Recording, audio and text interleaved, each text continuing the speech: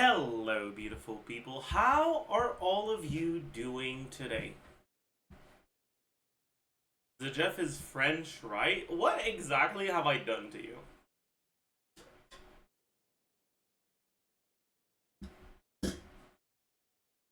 What did I do to you for you to be saying those kinds of things today?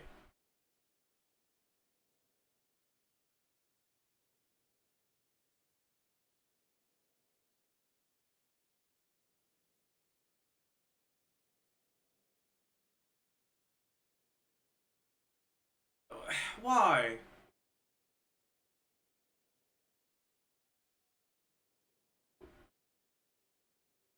Like, really?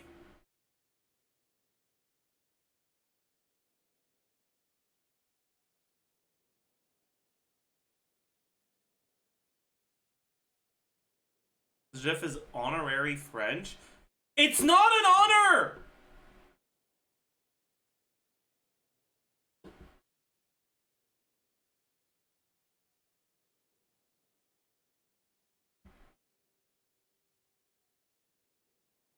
What?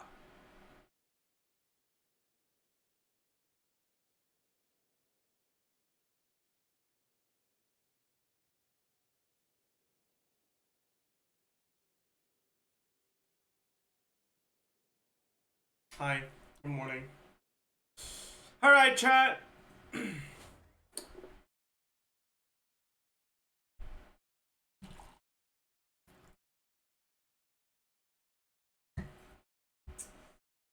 Oh boy.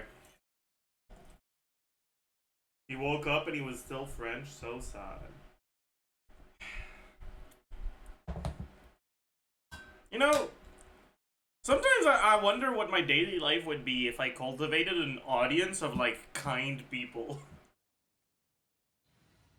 Like, you know, there's streamers that, like, their chat is like, oh my god, you look so good today.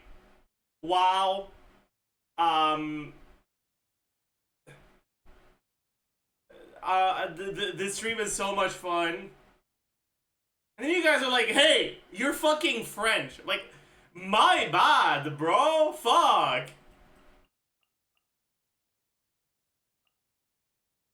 Anytime, any place.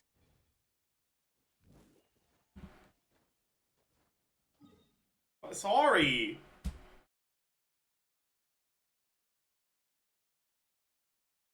Ah, that's hot. Ah, that's hot. That's hot. That's hot. That's too hot.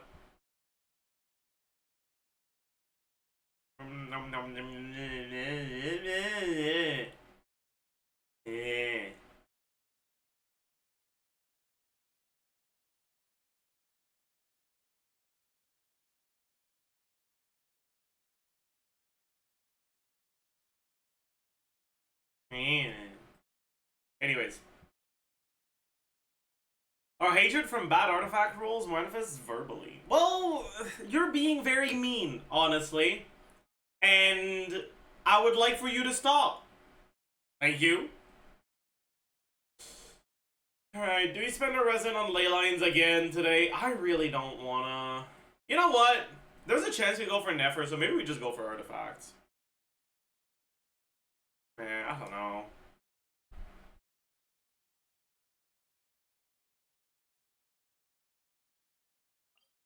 I don't know. I don't know. I don't know.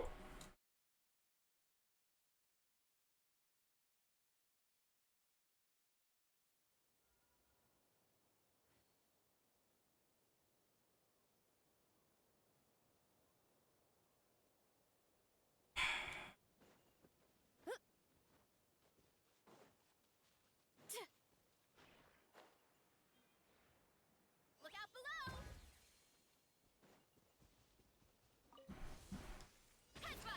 Sus leaks about Durin Khan's reveal. Oh. What about Durin Pros? Sorry. That wasn't funny.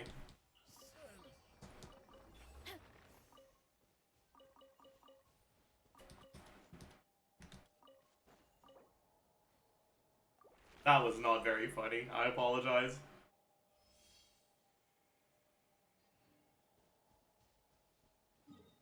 Hmm.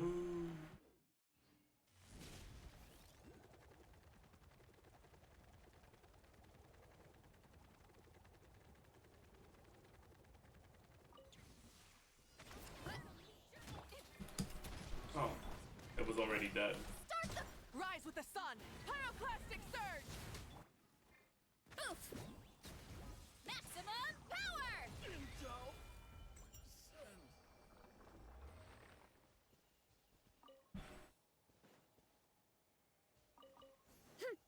I think that's the first time I hear this voice line. Hi, I'm told I can learn about tax evasion. What?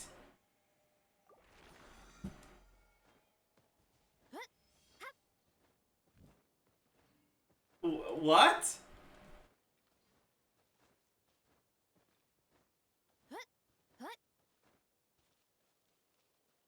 What is bro yapping about? How are you, Code?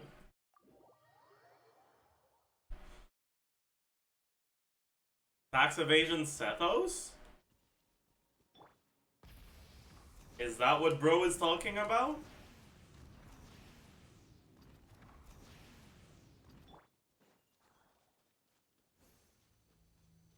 No, probably not. I just remembered it. I see. So bro is just talking about like actual tax evasion. That's fair, I guess, but maybe let's not do that on stream. Just send me a DM though. So true.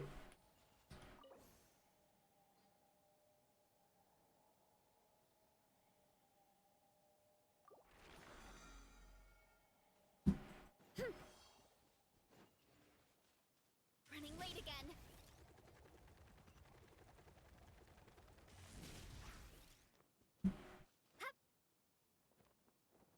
Heads up.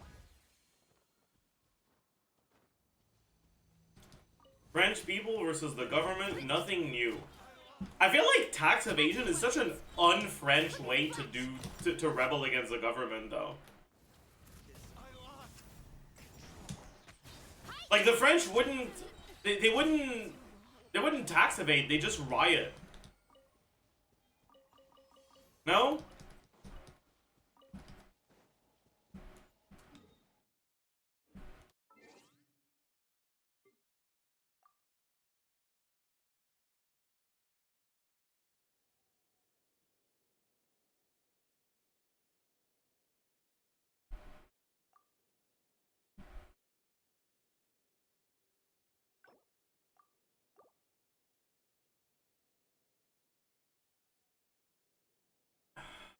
They would embezzle, not evade taxes. I can see that, yeah. Maybe we should do a country tier list where we separate them based on the crime that they're more likely to commit.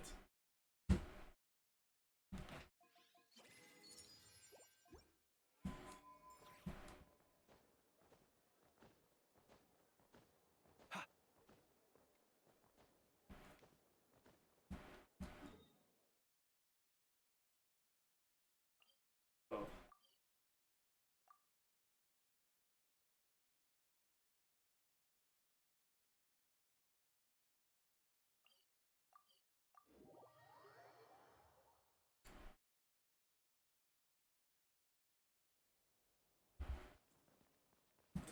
Alright.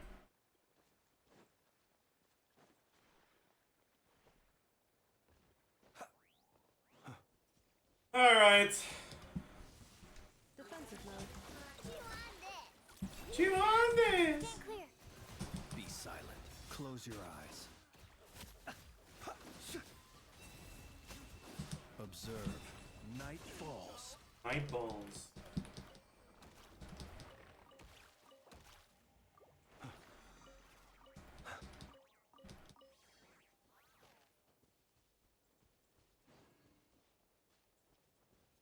Ah.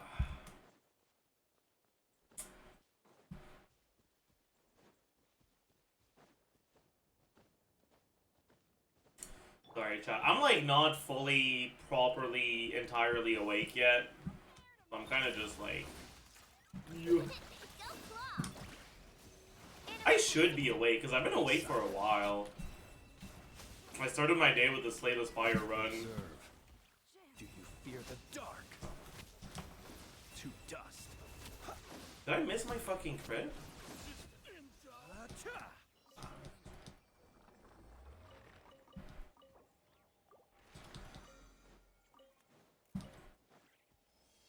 Have you checked the UGC gameplay? I've seen a few showcases on Twitter.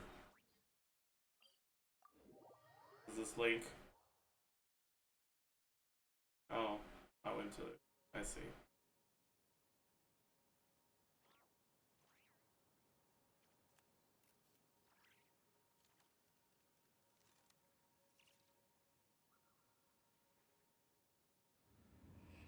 That's not...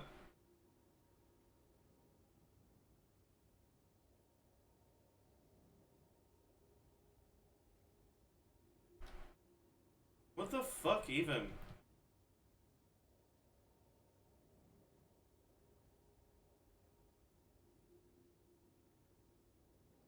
This is a... This isn't even about UGC. This is just...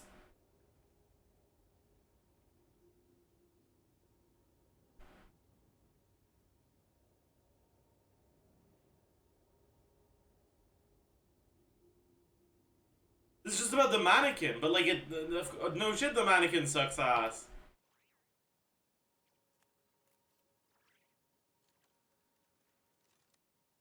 Okay, whatever, man.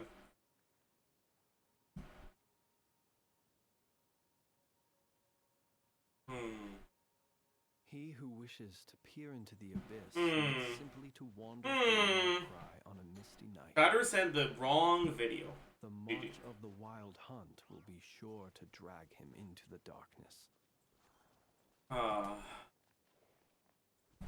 I was so excited for Nefer early access videos today, but they released UGC videos instead. My day is completely ruined. Yeah. Oh, right, it's these ones. Oh. See you on this. Absorption test.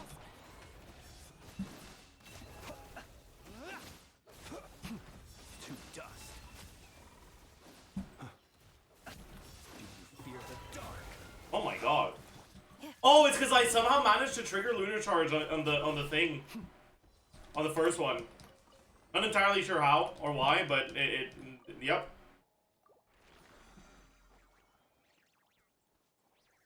I think Nefer's gonna flop so hard on release.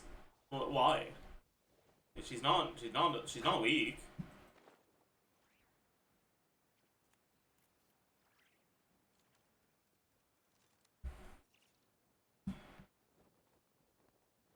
TLDR, the default UDC games all feel incredibly scuffed, and the creation aspect is very odd. I mean, obviously the default games are gonna feel scuffed. Like that is not much of a surprise. Ration. And the creation aspect being weird. Be silent. I mean, I'm not that surprised about that either. Do you fear the dark? Just die. Night falls. It's not dead. It's dead.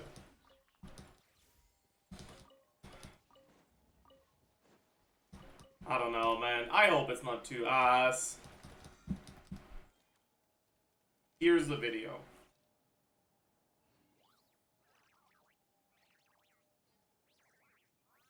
Oh yeah, that I saw. But like, that looks terrible, right? Okay.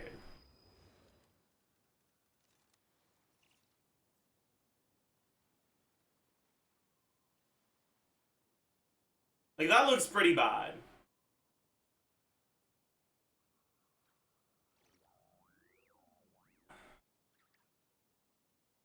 The outcome is decided! I hadn't watched it that far yet.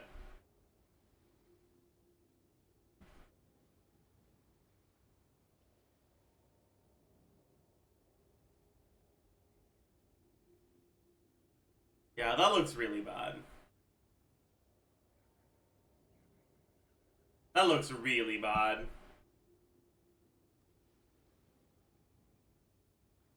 Okay, chat. I'm gonna tell you guys right now. Okay, do not expect too much out of any sort of multiplayer from the UGC, cause I don't know, man. I don't think they're gonna fix their fucking netcode or whatever.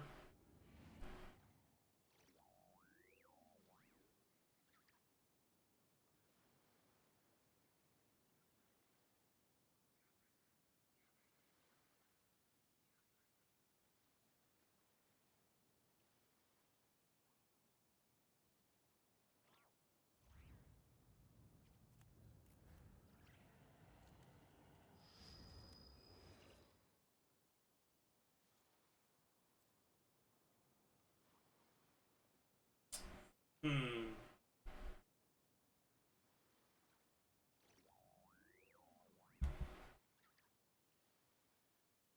Hmm. The most cinema Jamie clear. I guess we can watch it. Sure.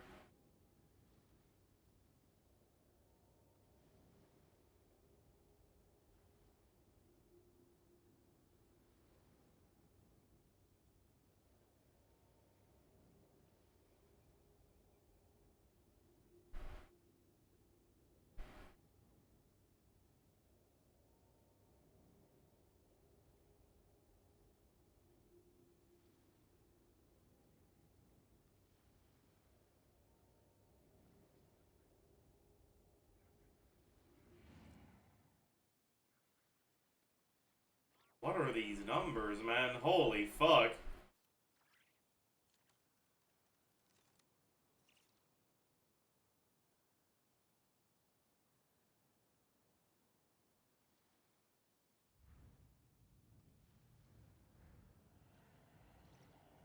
Jesus Christ. 200k on the N5. That's crazy.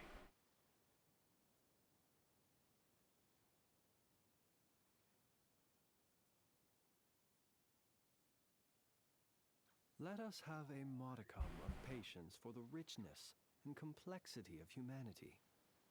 The wanton cruelty of the few is not worth our ire.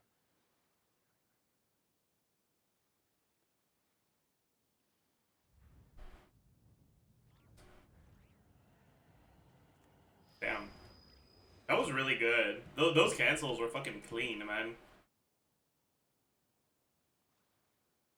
Okay, that first one was awful, but then the rest of the cancels were really good.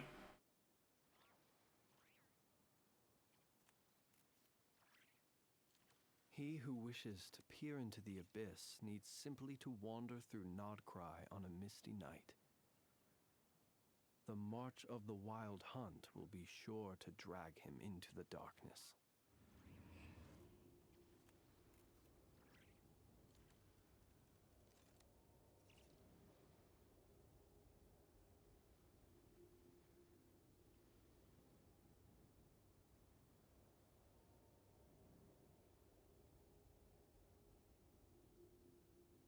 Holy.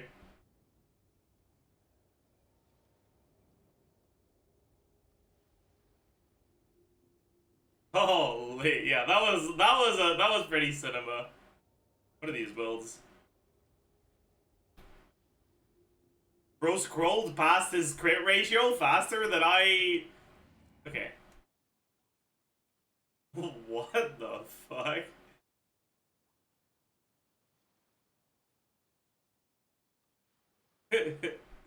Huh? What?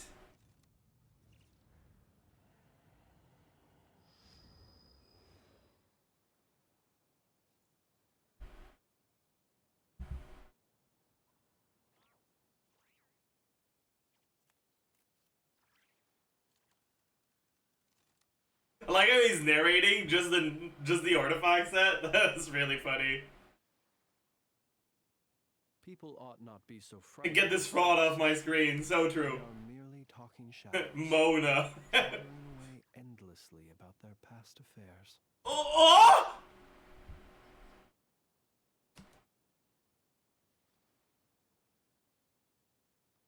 I want that.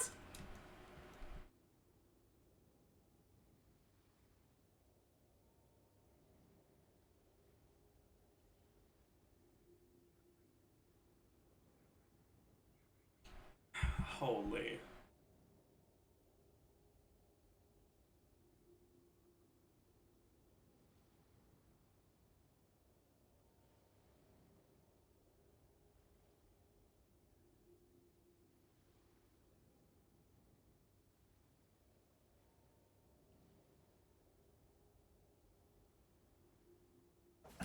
Lantern. Yup. Yep, Lantern. Most free-to-play friendly Skirk build. So true. Start narrating your build back. You mentioned Veressa is better than Flynn's, but from what I see in random overworld showcases, Flynn's deals 500k easily. I mean, he does 2 instances of damage per rotation. Veressa does a bit more than 2. You know? Sure, his mini burst deals 500k, but he has 2 of them per rotation. Versus mini burst deals like 200k, but she also has like 6 plunges and a Mawika burst on the team, you know? Or if you're using Bennett, it deals 300k.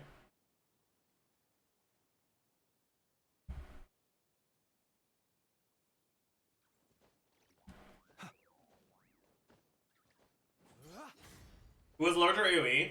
I think just in terms of sheer size, Veressa is better. But it's very close, and it's easier to aim it with Flynn's. Because Veressa's E makes you move towards the enemy, and you can't really control that too much. Whereas with Flynn's, you can just position yourself where you want before you use the mini burst.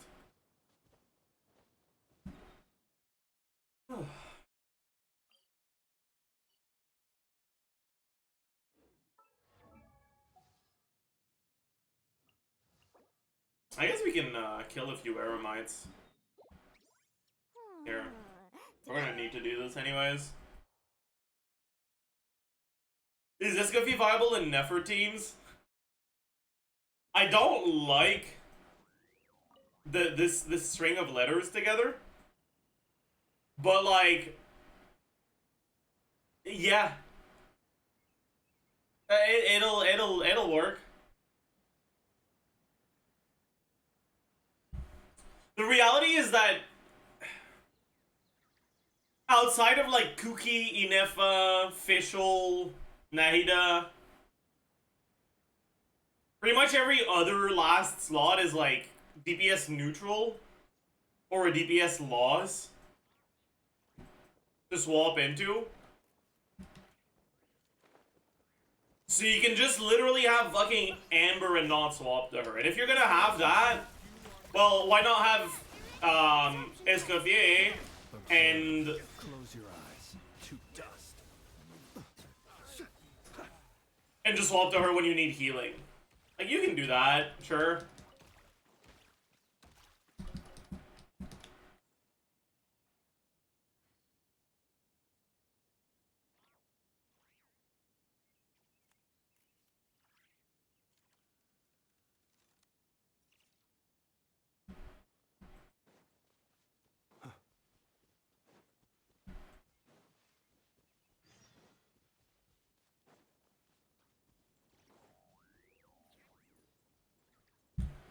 Are you getting Nefer? I'm still not sure.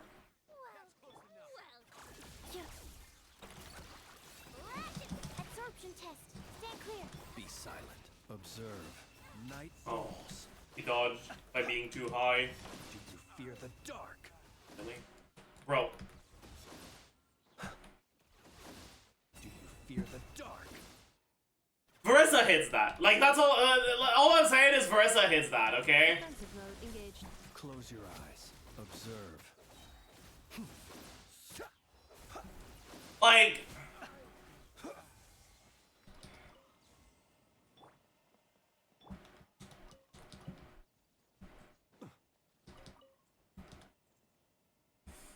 It is what it is, man.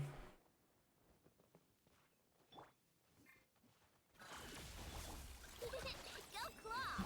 Animal test 6308. I have a question. Should I go for Farina C2? Close your eyes. Sorry. Hang on, I'm getting... Should I go for Frina C2, already have C1 or Nivedette C1. I want to go for Durin Columbina as well and have one of the best Nivedette and Frina builds. If it was Sig, Frina with Cosme, so what do I do? Might I ask, when did the custom of placing treasure chests in I mean, between those two, I'd go for C1 Nivedette, but I'm going to be fully honest with you. Alright? Nivedette is not the sort of character that I think is a good idea to go for cons on long term. Because, like, he's gonna get upgrades to his teams through new units that are gonna be better than having the old units with a constellation. So you're better off keeping the Primos for a future character that works with them, in my opinion. Just in Sumeru in 2025. I started this account in 2025, okay? I could not have gotten them before. I don't like how judgmental you're being right now. Okay? For someone who doubted me when I said that the Frost Moon Scions were a really sus cult, okay? And who was like, oh no, this is just as a Jeff day. This guy will just say anything to be a contrarian and to make and to rage bait. Okay? Insulation check. Stand clear. Animal test 60. Be silent. Close your eyes. Shut up and let me see your Nogcry exploration. Yeah? Yeah? Yeah? That's my Nogcry exploration? Yeah?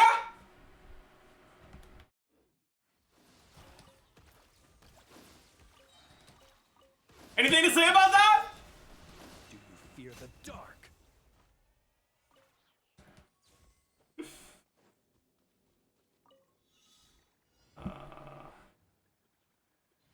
The only reason to put something other than Inefa in a Flynn's team.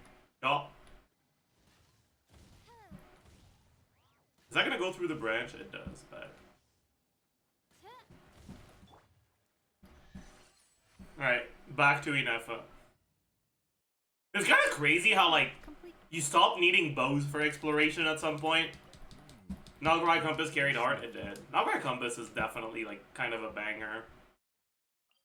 I will say, like, in terms of the like, feeling of exploring a new area, I do think the Compass kind of takes away from that a little bit. I'm still glad they did it, because, well, I have 2 fucking accounts now that I'm actually trying to, like, keep up with. And without the Compass, this shit would be a massive pain in the ass. Do you fear the dark?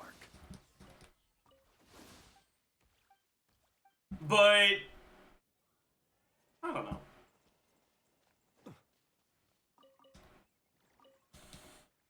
Hope they retroactively add the completion feature to other nations. I'm gonna sneeze. I actually would have preferred if instead of adding it to Nodcry, they made it so that every area except the most recent one gets this.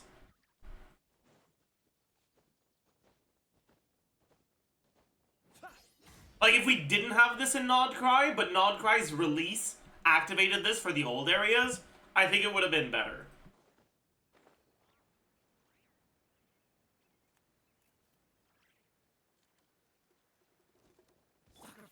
Insulation check.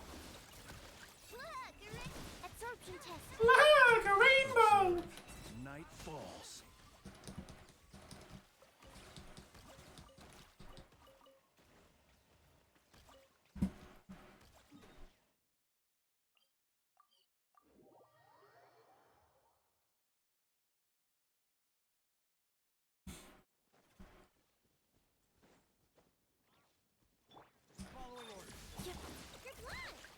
A flank! Close your eyes. Do you fear the dark?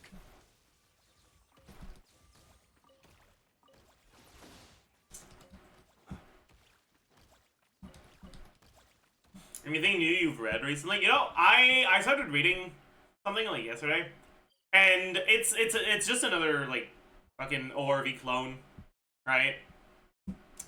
But I was actually kind of pleasantly surprised. Like it's not like amazing, but like it feels like it's self-aware enough that it's not too boring. Rare slop W, yeah, basically. Like also, okay, and this is like actually incredibly like rare. Okay, and this is why it like really struck me. It has powerful women that don't just fall in love with the main character. Let us have a modicum In action manhwa, that is so rare. The wanton It's so fucking rare. not worth our ire.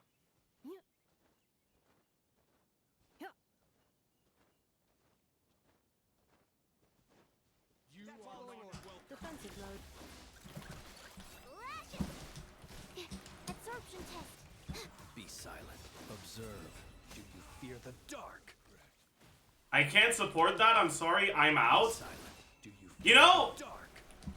for further context, one of those women, or I guess two of those women, it's implied that the reason why they're not interested in the main character that way is because they're gay. So I just think I just think that was worth mentioning in response to Nick saying he doesn't support that. I just figured you guys deserved this sort of information. Accelerating.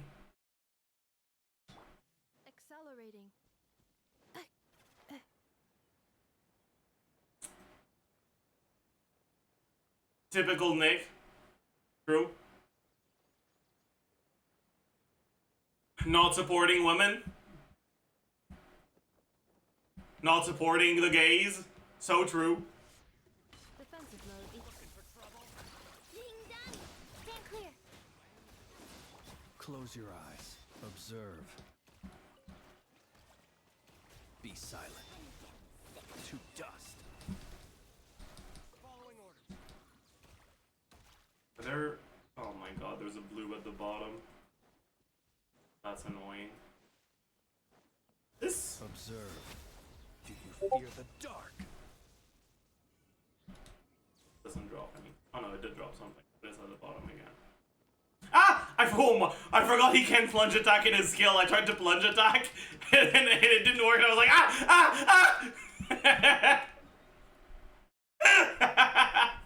but I deployed the glider in time. What card you get from it? IT? I think it was Justice? Bad card, it's ugly.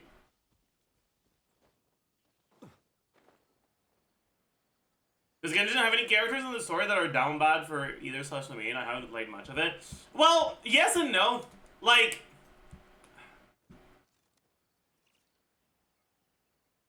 They keep it, like, very, very vague. Right? And, like... Close your eyes. Be silent. Characters around them really like Do you fear the main character. But it never really gets into, like, unequivocally romantic territory. It's always, like, vague enough that in a vacuum you could say it's not romantic. But, like... So I don't know if I describe them as, like, down bad. I don't think down bad is the right word here. But simping is. I think simping is an apt descriptor for a lot of the character's behavior towards the main character. to dust? To dust.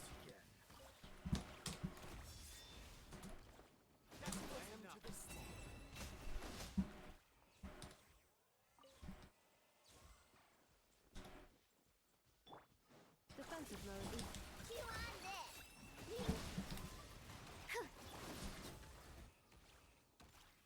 Dead.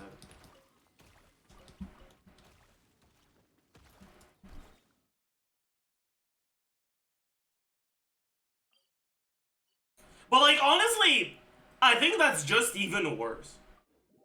Like, you want to have a character once in a while that's outright just straight up fucking down bad for the main character. I think that's actually fine. It's just annoying when, like, 3/4 of the cast simp for the main character. Like, that just gets really annoying. It simplifies the interactions you see as a player so much, and it makes things so repetitive.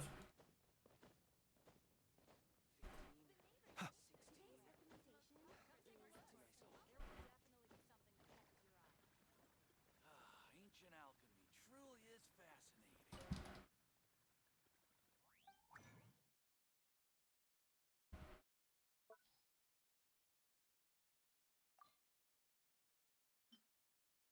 It's a business. I mean, I get that, but like, part of me still wishes that I have enough. I do.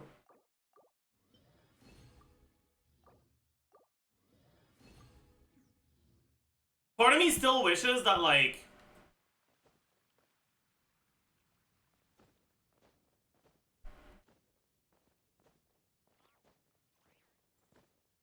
they tried to focus around getting a better product and incentivizing people to spend because they appreciate the quality, instead of just shortcuts to make money by having it so that each character is really likes the your main character, and you're like, oh my god, they like me so much.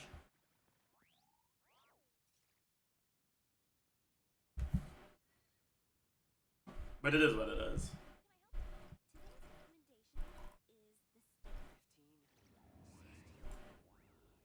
It's like, I don't know. There aren't enough characters in Genshin that don't vibe with the MC. Like, that's basically what the problem is. Like, there needs to be people who are on the same side as us, who don't vibe with us, because, let's be real, MC has a really awful personality. Right? But it's like no one notices and no one cares, and it's just boring. Alhaitham exists, but it's not that Alhaitham doesn't vibe with us, is that Alhaitham is a piece of shit.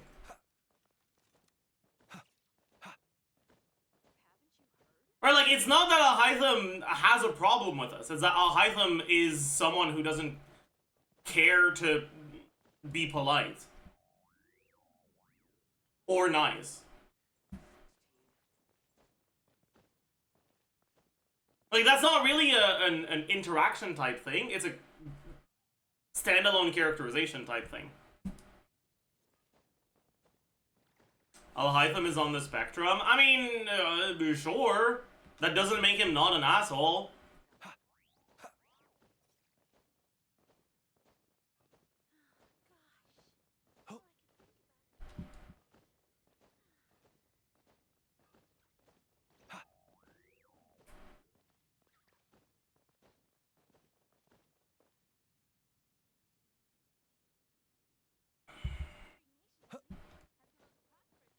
Which spectrum? Visible light. True.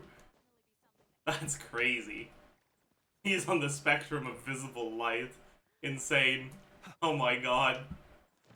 That's my goat. Not invisible. Holy.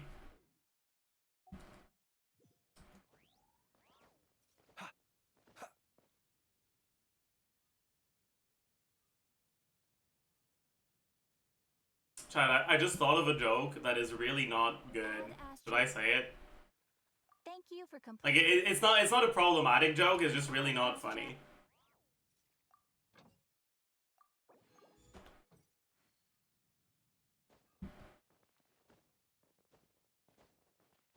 Come take a look. This will definitely be something that catches your eye.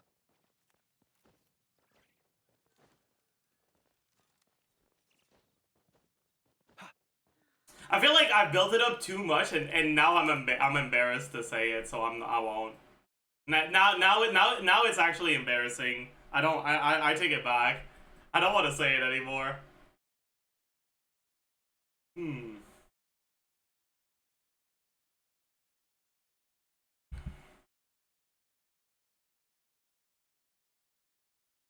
Hmm.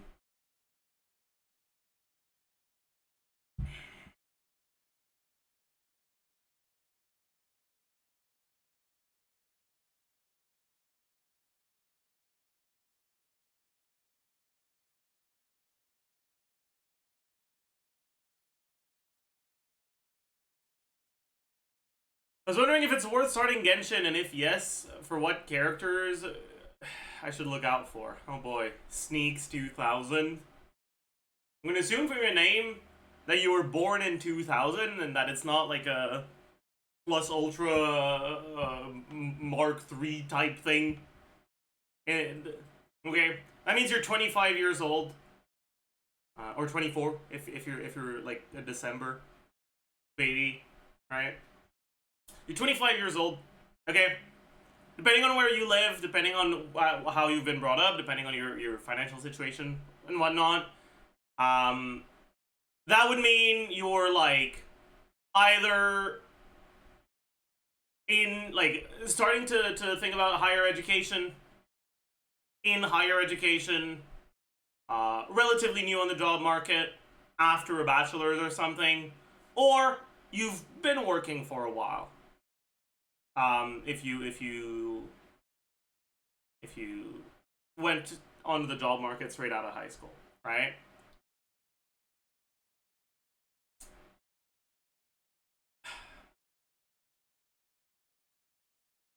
In my opinion,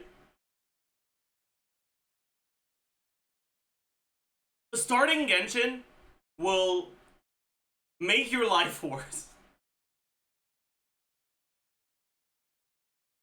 If you have a lot of responsibilities.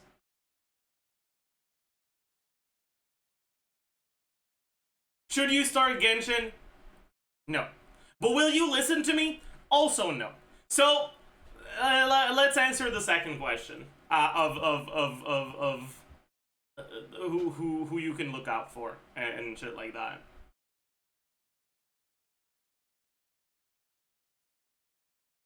I'm actually doing my PhD and earning on the side as a late 2000s born woman. What the fuck?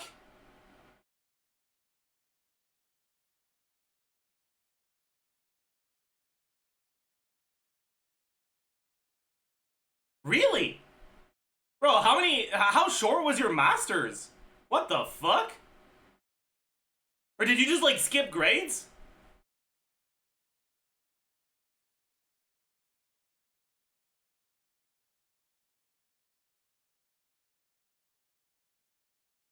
I also like how you like specified that you were a woman. Like, does that affect things?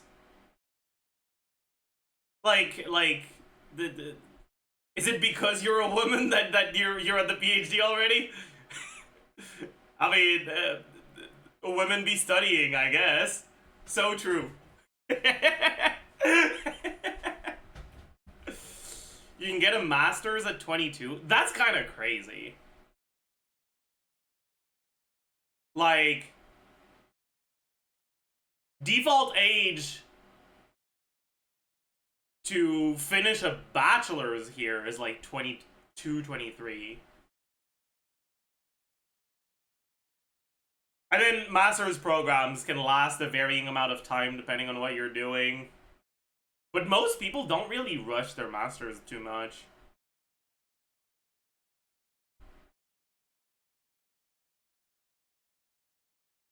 Most times online in gaming spaces, you're assumed to be a man unless otherwise specified. That's true.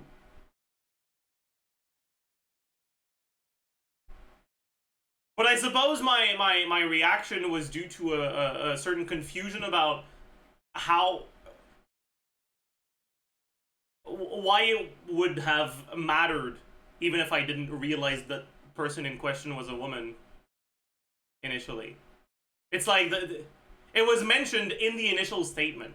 I feel like it suggests a certain, I don't know, a certain something.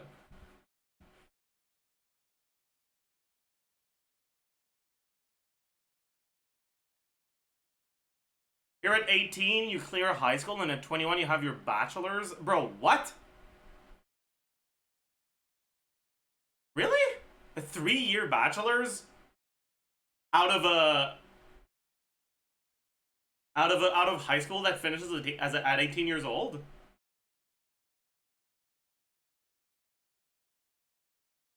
Yes, in the EU, I see.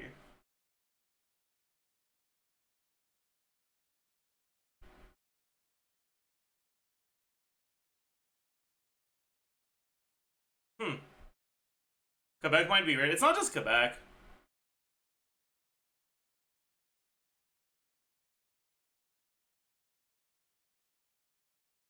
I think it's Canada in general.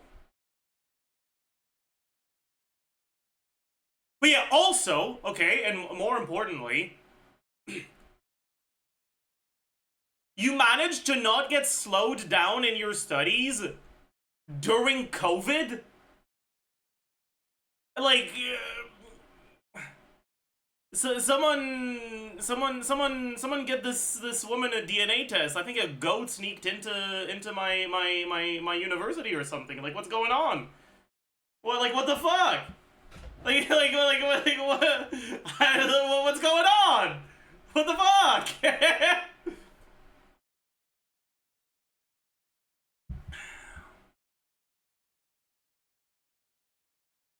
How are winters in Quebec? Like, the temperature?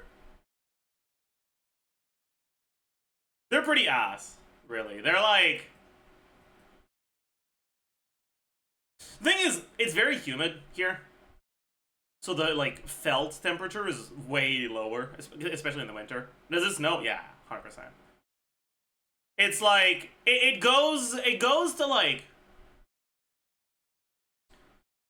It regularly goes to, like, between -10 and -20. And it sometimes goes below that.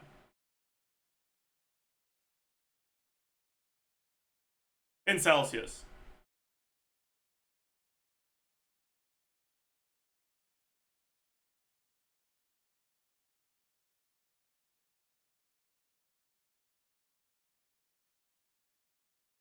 I don't know if you answered the characters what to look out for. No, I got distracted by someone doing their PhD despite being born in the same year as me.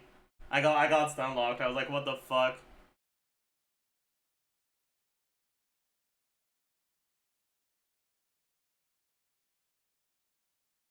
Like that's crazy. Valid stun lock? Yeah. Like, to me, that's like more whiplash than learning that someone I went to high school with has kids or something like that. It's like a fucking PhD. That's crazy. You know, like that's crazy. Like, I guess that's where people are at, but like, fuck, that's crazy.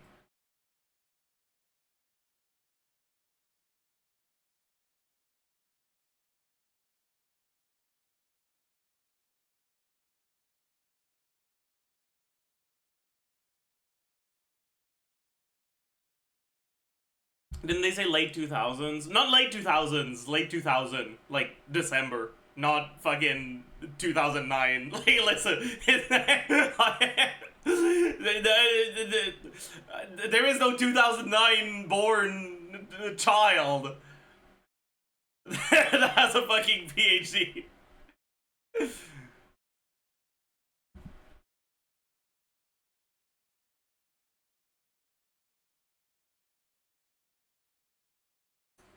Is Nick a good student? Okay, so here's the thing. I actually haven't had that many classes with Nick. Because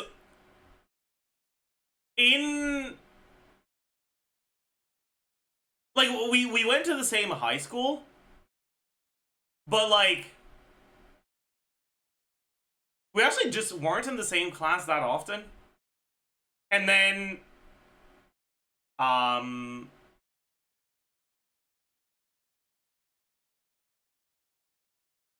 after high school, I went into natural sciences and he went into human sciences.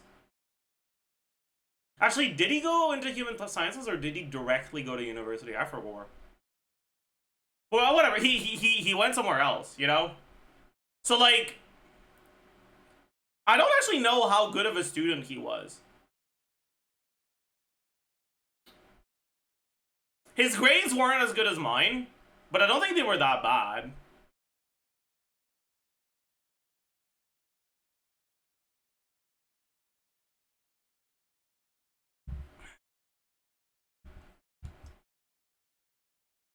What's your degree? I mean, I didn't finish my degree. And I'm not going back unless I unless streaming as a career doesn't work out, you know. But what were your grades? I got my first grade that wasn't an A plus when COVID hit, and I got an A instead. And it's the only non-A plus grade I got in university.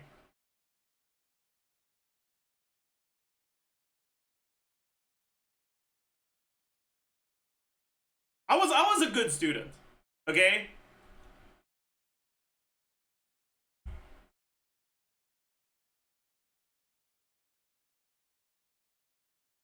A, like, with letters? Yeah, like, letter grade systems had, like, a certain threshold for it to be A plus. And there was no difference between, like, 95 and 100 because they were both A plus. So they went to your permanent record as A plus, and that was it. I don't remember what the cutoff was. I think it was 90. Might have been 92. I don't know, man.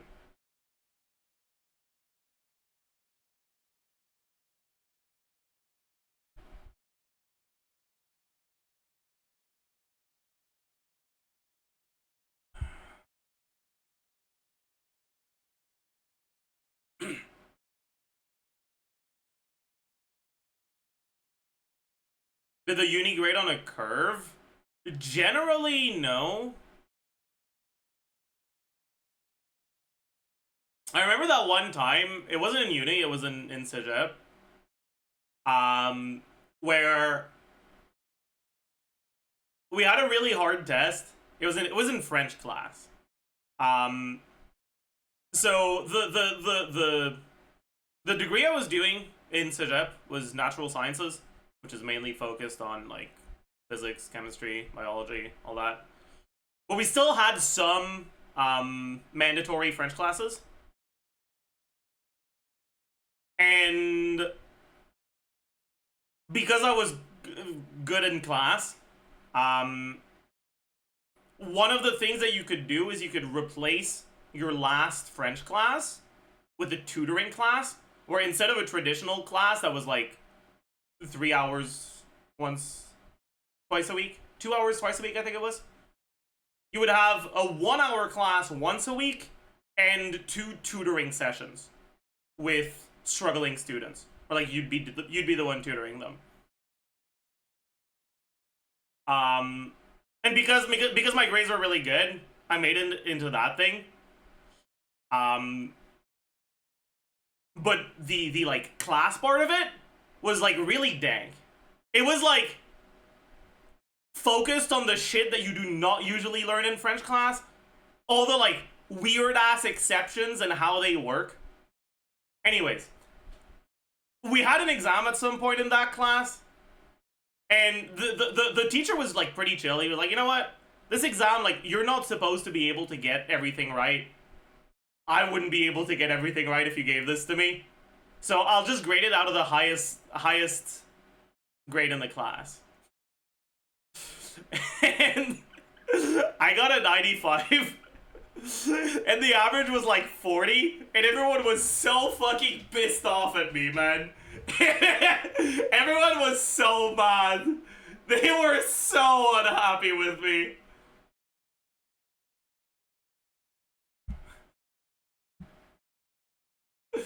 Yeah. Yeah.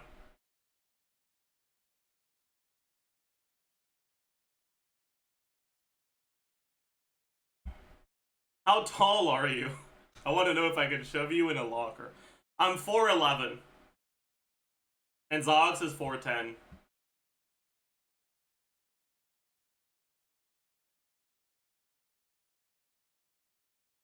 Real.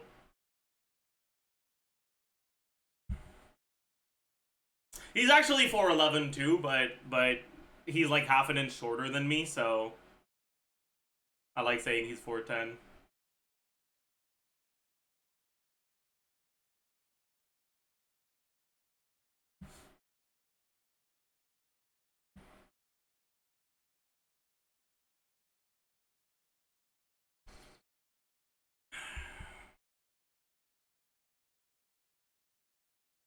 Do you like taller women? Who doesn't?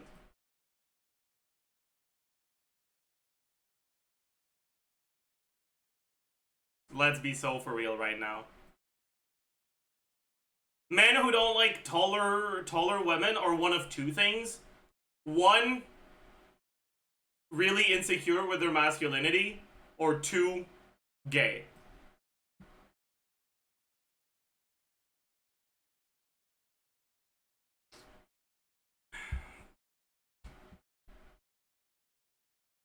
That's it. No other choice. That's how it be.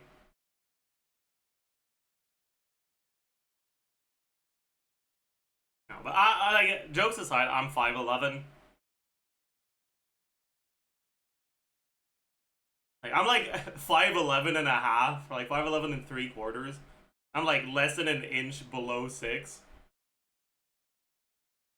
When I tell people that, they're always like, why don't you just say you're 6 feet? But meh.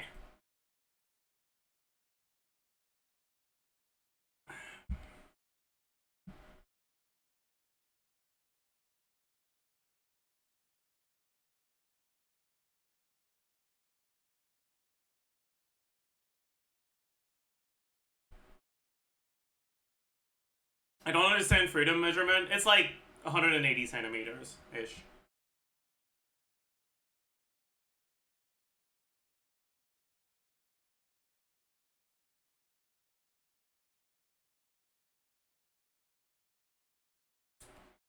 No, I'm kind of realizing right now.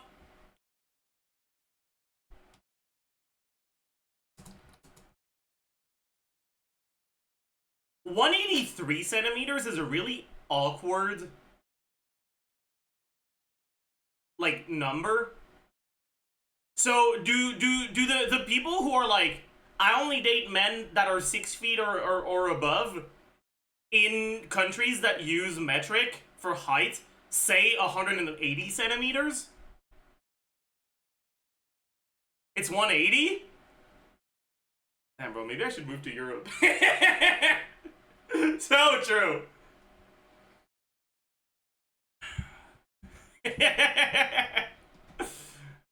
So true. Because I'm above 180, but I'm not above 6 feet.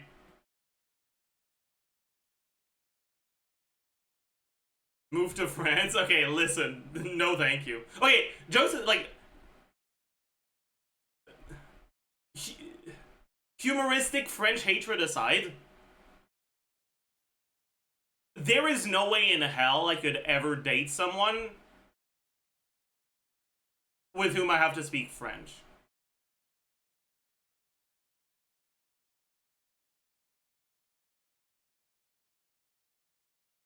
I couldn't do it.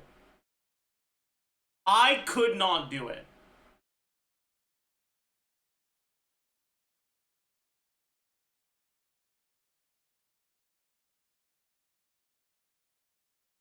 Like, people call French the language of romance, but like, that's just because they don't understand French, okay?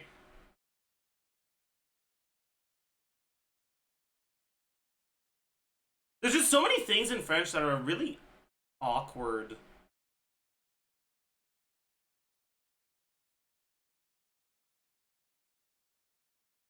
I don't mind if someone speaks French, but I'm not speaking French to you. You know? I will be communicating in English. You can answer in French, I don't give a fuck. Just don't make me say those French words. I refuse.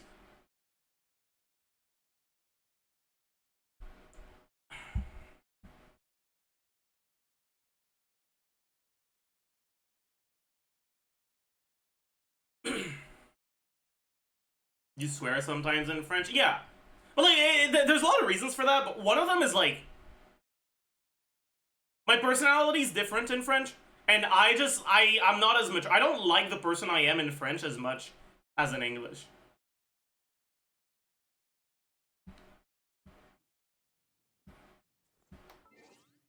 I think I'm a more interesting person in French than I am in English.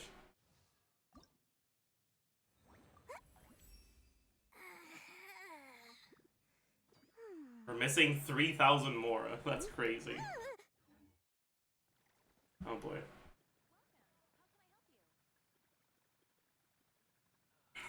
Do you often speak French even? I mean, I speak French with my mom.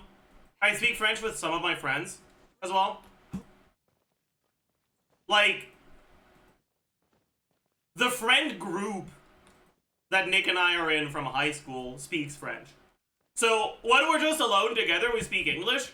But as soon as there's like someone else joining, we switch to French. Come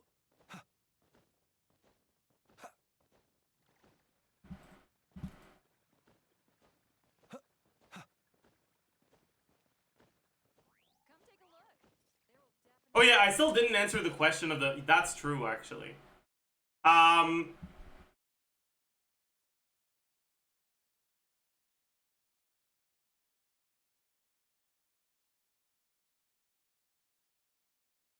Yeah. Honestly, right now, I'd say you don't have anything good to pull for if you're starting Genshin. Like, I just wait. I don't think getting Flynn's as your first 5-star is that good of an idea. I don't think getting Yelan as your first 5-star is that good of an idea. I don't think getting Nefer as your first 5-star is that good of an idea. Arlecchino, Farina, Zhongli, none of them, honestly. I kind of don't expect Durin to be that good as your first 5-star either. So I feel like you're kind of cooked. Like, it would have been a lot better if you started like 3 weeks ago and you could have gotten Llama instead. Not even Farina. The thing about Farina is that it's not that she's bad, it's that getting Farina doesn't help your early game at all. come take a look. There will definitely be something. Getting to the point where you have one good team, Farina herself won't be enough. And there is no carry that doesn't get to the bare minimum without Farina, and that does get there with Farina. Maybe Neviret to some extent, but like, ugh.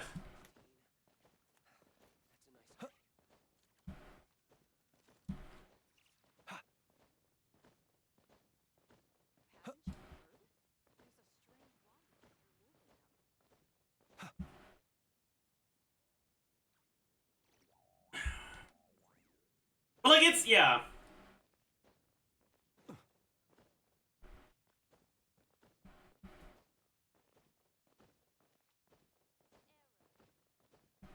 No.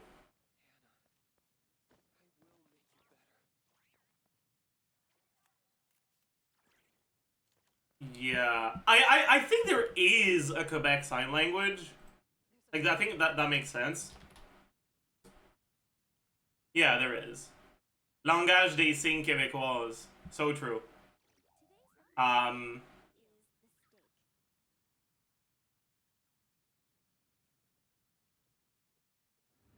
But no, I don't know any. None whatsoever.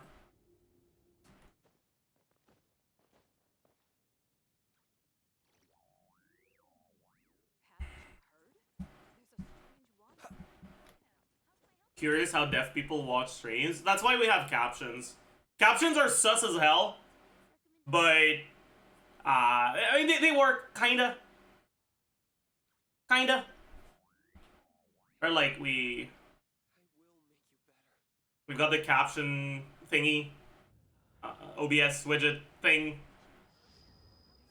It gets most words properly. Sometimes there's just weird shit, especially with like Genshin characters and shit like that. Engine characters cooked. If I try to say Singtao, it's gonna be like ho, Singtel, hole, ho, yeah.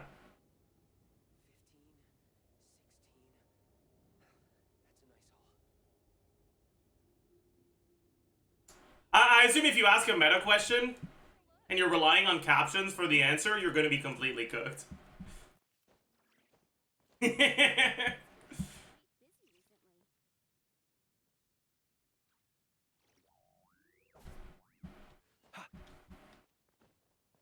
But yeah, like, deaf people that can watch auto-generated captions and like still figure out what's going on are probably smarter than me.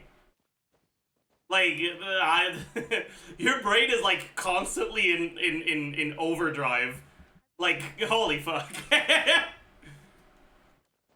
Well, when I watch shit, I'm leisurely chilling. Like, I don't want to be putting in brain power. My god. wanderer near Wolverhampton.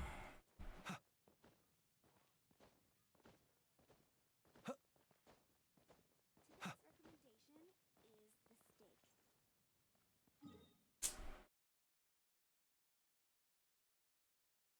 I don't think it would be that strenuous if they're used to it. I think, in general, yeah, but when I start saying character names that don't get properly conveyed to the auto captioner, it'll be cooked.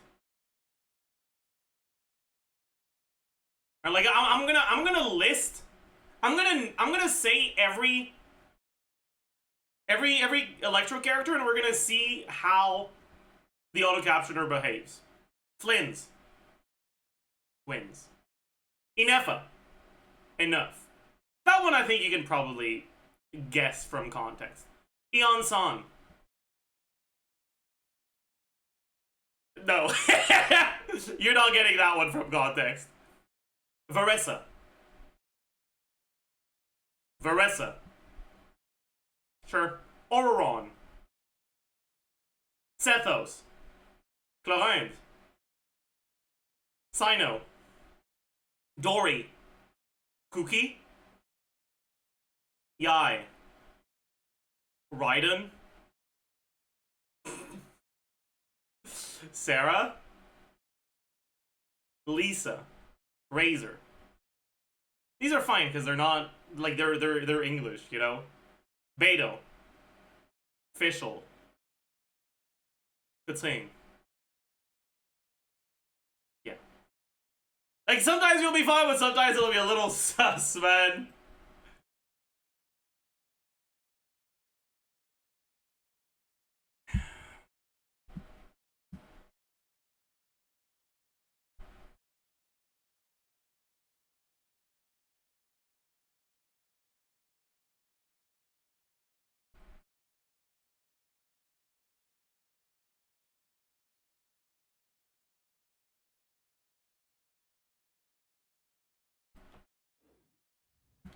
Brighton X, yeah. My favorite gauge ship, so true.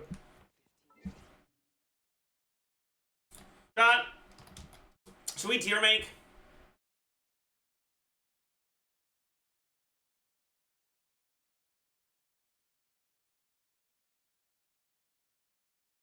Out of the characters that are out right now, or have banners next patch,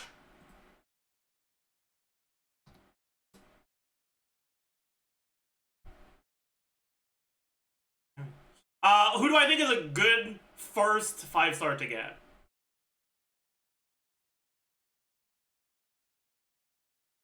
Alright, so there's Flynn's, Yelan, Farina, Nefer, Arlecchino, Zhongli. Zhongli.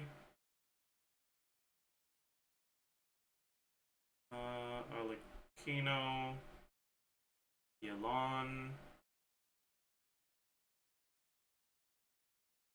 Flynn's. Nefer. And what was the last one? Farina.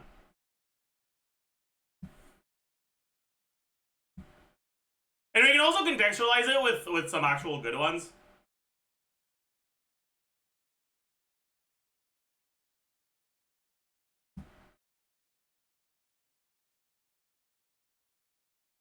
Like Mawika, fuck it.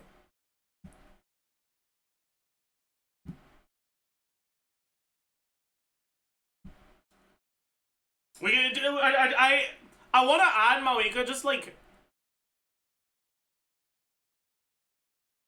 as a way to have something that I think would be a good first 5-star to get on an account to compare to, you know? But yeah, so like,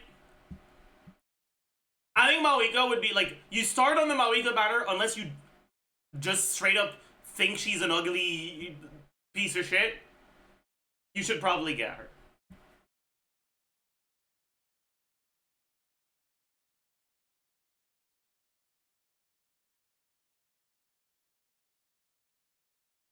And honestly, I think that the A tier would be empty.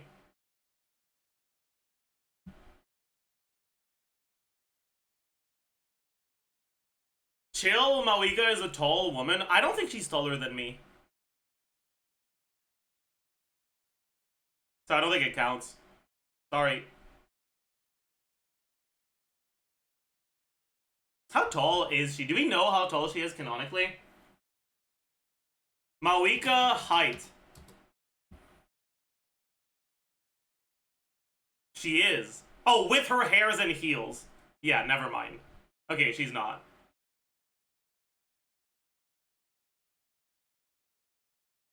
Supposedly she's 6'1" with hairs and heels.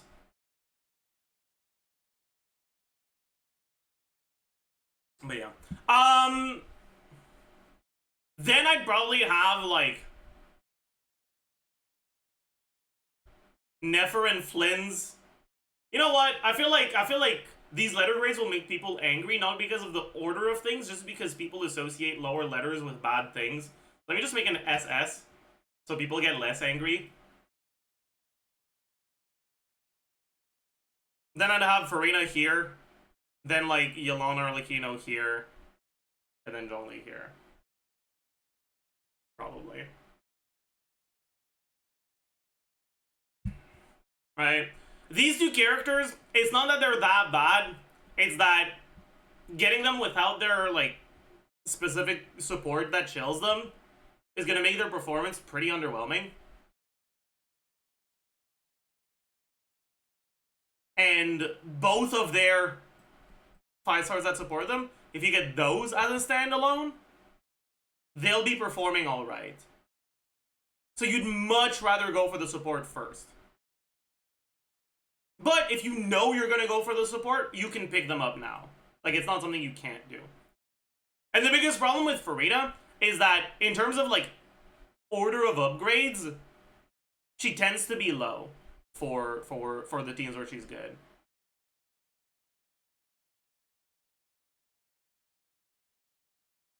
Like, even for Skirk,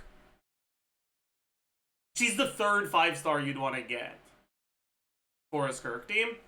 And getting her with the intent of getting a Skirk team, especially since it's kind of looking like most of the characters that are going to be coming out in the next few patches won't care about damage percent, you're kind of heavily committing to a team that's unlikely to see too many buffs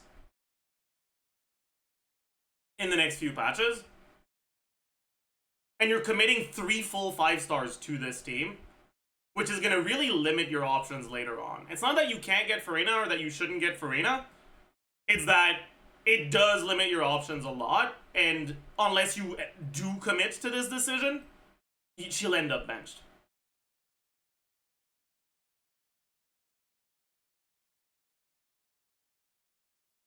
I think overall, Farina's a much better unit than these two. Maybe not. Better than him, at least.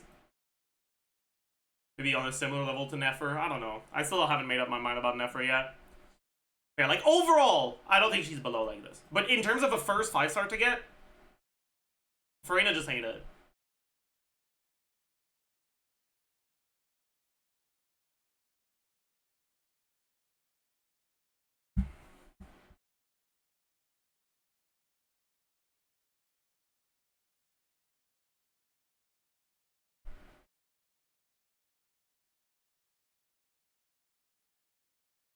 That being said, maybe by the time Farina banner comes around, right, we'll get some early information about 6.2 banners, and maybe the 6.2 banners are like Skirk rerun, Escoffier rerun.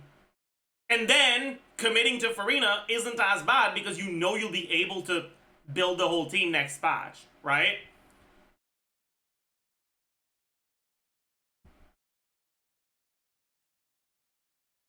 Like, it's not that bad. We have leaks about Durin, Venti, Escoffier, Navida. Interesting.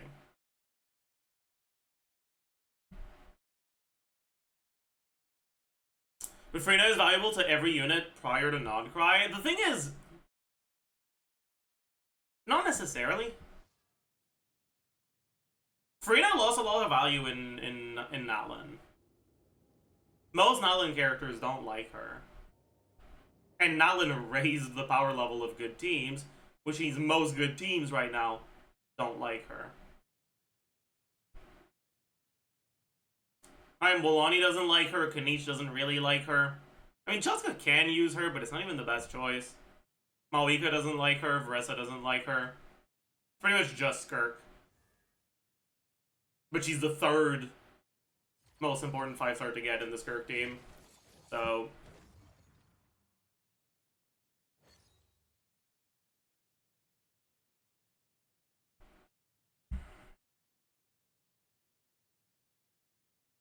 third? Yeah. Like, Skirk and Escoffier, and then Farina.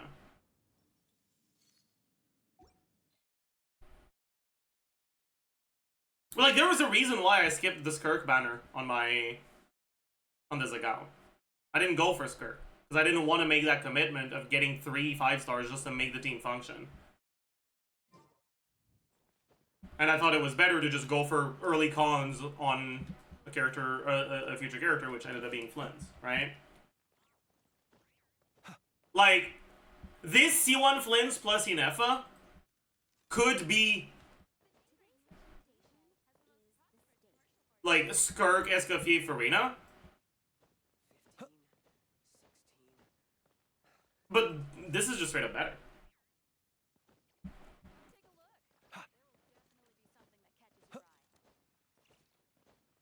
It's not that much better, but it is better.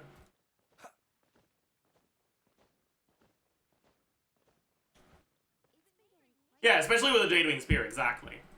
The Jadewing Spear is like definitely one of the reasons why I committed to going for Inefa and Flynn's. If I didn't get Jadewing Spear, I might not have gone for it.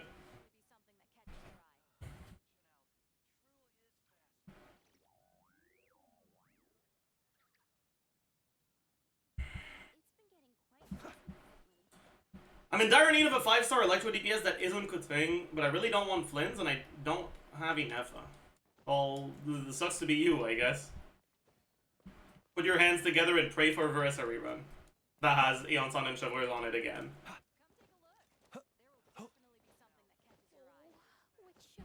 Skirk only really wanting crit rate, crit damage, and attack percent, which makes for easier artifact farm. That's not true.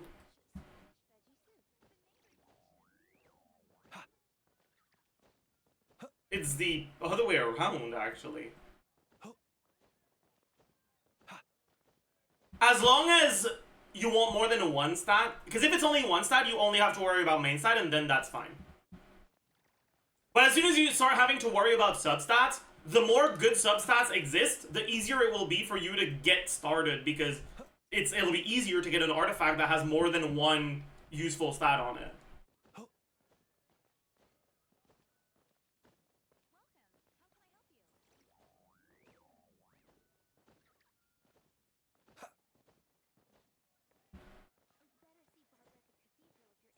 The argument, I think, applies to characters that have strict ER requirements that are kind of difficult to reach.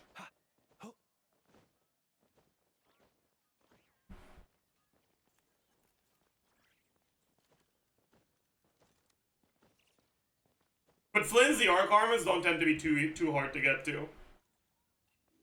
Yeah, gumming, for example, exactly.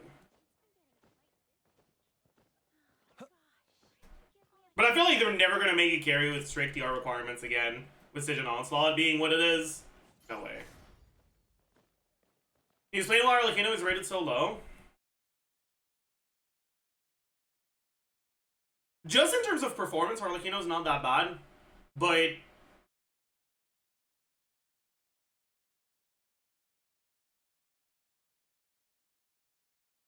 she's like noticeably worse than some of the alternatives.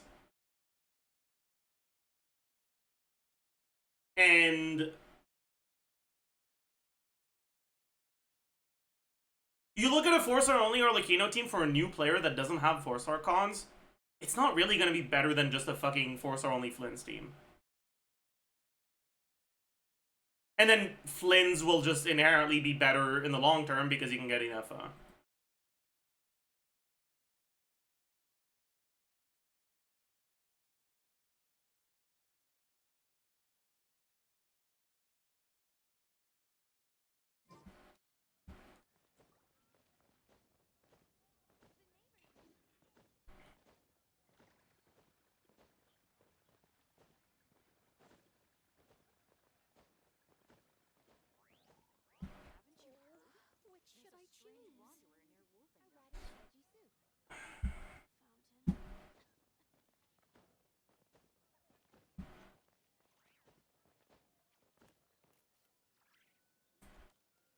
What exactly is he tier listing? How appealing of a first 5-star to get these characters are.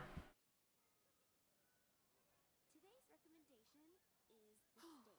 I guess I'll post the commission at the Adventurers Guild. Arlecchino has more teams. The main reason why Arlecchino's not that appealing as a first 5-star isn't because she won't make your early progression comfortable. It's because the first 5-star that you get costs the same amount as the future ones. And going for Arlecchino means that you will eventually have a benched Arlecchino.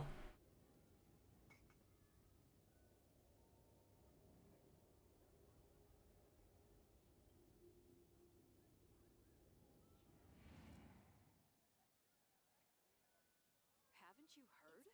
There's a strange wanderer near Wolfendom. Oh, which should I choose?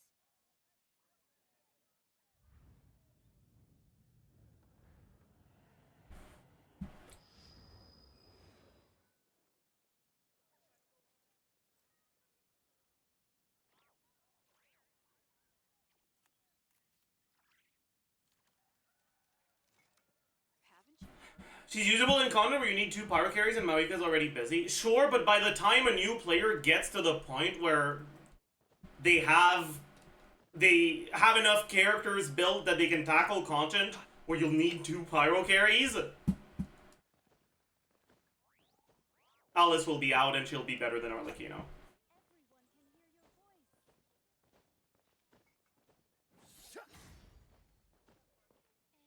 Everyone can hear your voice. And a radish veggie soup. It's been getting quite recently. So I have Llama and my strongest DPS is Arlecchino. Should I pull for Farina or Nefer? I would definitely go for Nefer.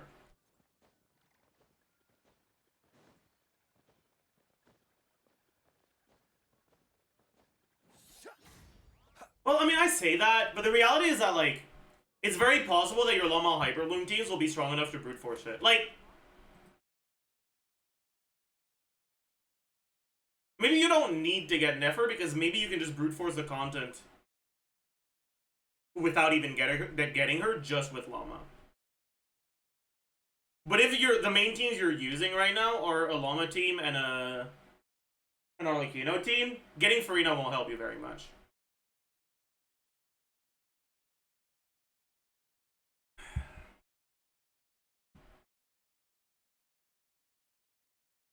Nefer won't unlock anything that can't be done with Llama Hyperloom. I mean, I don't think Llama Hyperloom is going to have a good time against the Hera in next patch's Stygian Onslaught. And Nefer is going to fucking destroy this shit, right? I'm not sure.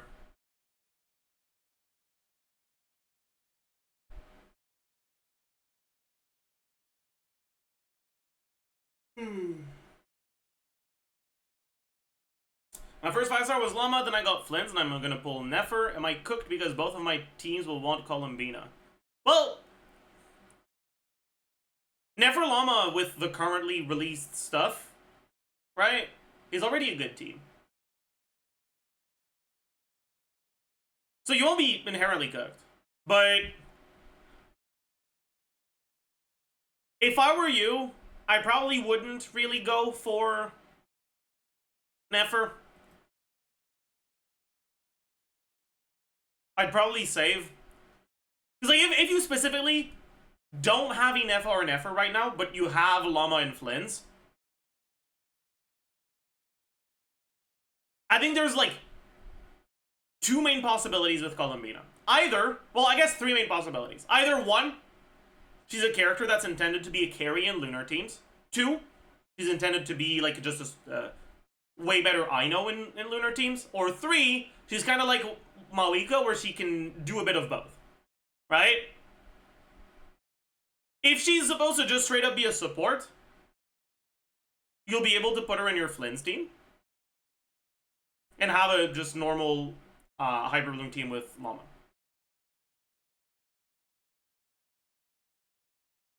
But if she's supposed to be a carry, and you get Nefer, you'll end up benching Nefer to play Columbino with Llama.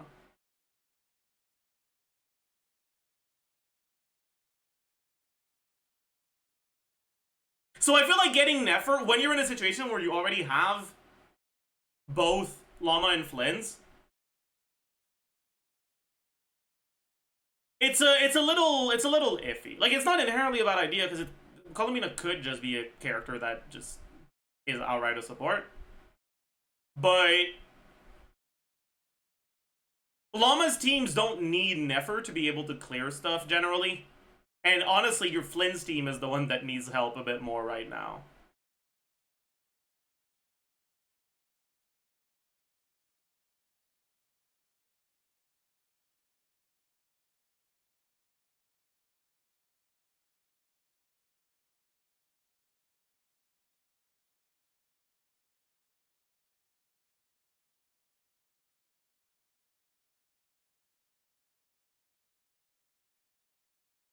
Does it matter that much how Kuki is built in Nefer teams? No, it doesn't.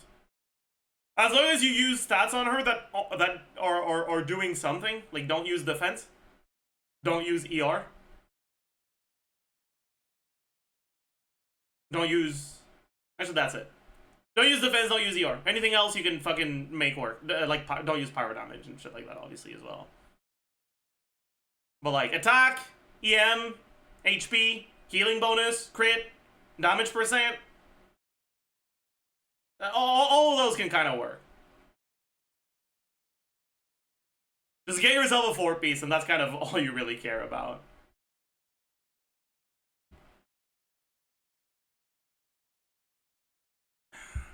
So if I have Flynn's, Inefa, Llama, and I have a character that can clear Fearless, I shouldn't pull for Nefer. Well, at the end of the day, you can choose who you want to go for, but Llama is just a broken character, and her power level makes it so that even if Nefer is fairly strong, you do not need Nefer to capitalize on Llama's power.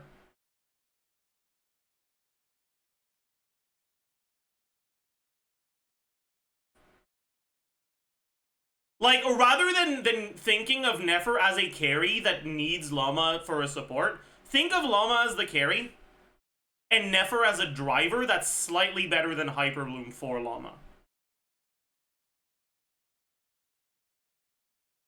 Is Nefer worth getting? Well, she is an upgrade, but how big of an upgrade is she actually? It's not that big.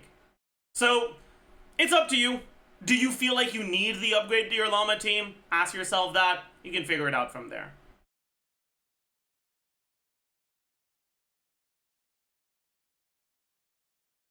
And it's not that Nefer doesn't have good numbers.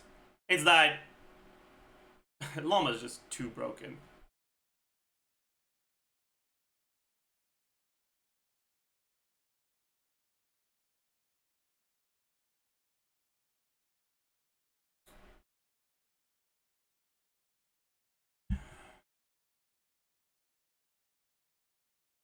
How does Nefer compare to Neuvillette Hyperbloom with Llama? It's basically similar in DPS, but worse AoE.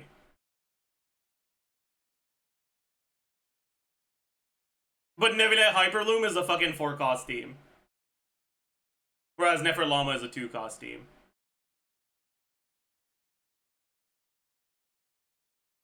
But for a new player, you definitely don't want to try to build a Neuvillette Hyperbloom. But if you've been playing for a while, you got Neuvillette and Farina because in Fontaine they were pretty powerful. And you got Raiden because you've been playing since Inazuma. Getting Nefer might just straight up not even be an upgrade to your Llama teams. The content does shill lunar damage, right? So that's not me saying that you'll be able to clear the lunar shield content with these teams. Like, you might still struggle because of how lunar shield it is. But in terms of team DPS and like long-term value, Nefer by herself won't necessarily be an upgrade.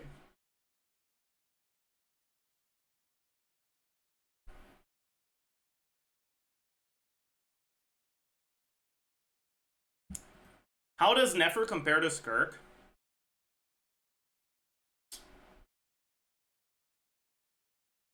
It's kind of weird, because, like, if your assumptions for Nefer are as optimistic as the GC Sim assumptions for Skirk, you can probably get Nefer team DPS relatively close to that GC Sim Skirk bullshit. Like 140k stuff. But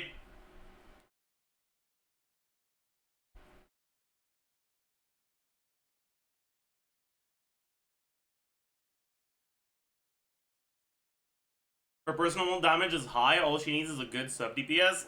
I heavily disagree with that idea. If you have a character that has really good numbers, they will generally benefit more from buffs than others, not less.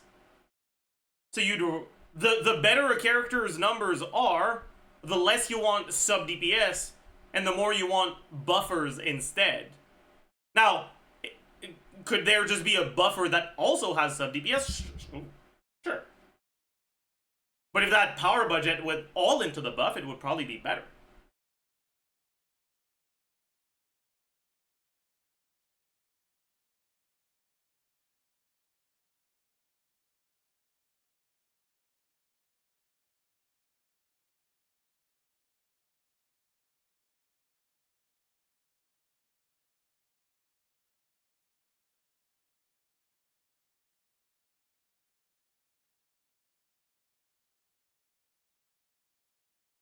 Just returned to the game since 4.2, got Loma, plan on getting Citlali, Mawika, Escafie, Inefa, Columbina. Which artifact domain should I farm? Interesting. That one's kind of difficult, actually. Because if the only Natlan character you're getting is Mawika, farming Codex isn't gonna feel good.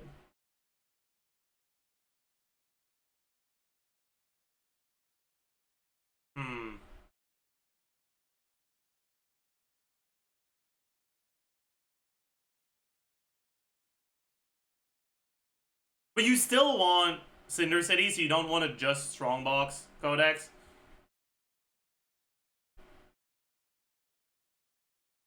I'd probably farm Codex until you have a Cinder City with enough ER for your Citlali. And once you do, go to the Nodcry domain and farm that, and start Strongboxing Codex.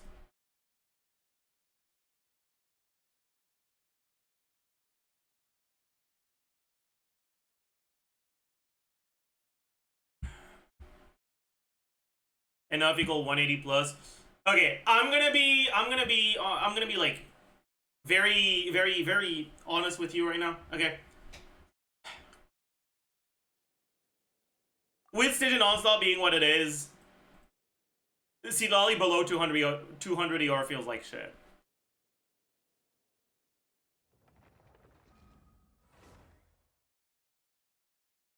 My account doesn't have the highest ER artifacts on Cinder City, and I feel it. Playing Citlali in Mawika teams, where you need the burst, is painful on my account. Alright, I have like 180-ish, I think. I have 200 right now, because she's kind of stealing gear from other shit, I think. Yeah, this circlet is like kind of stolen from someone else.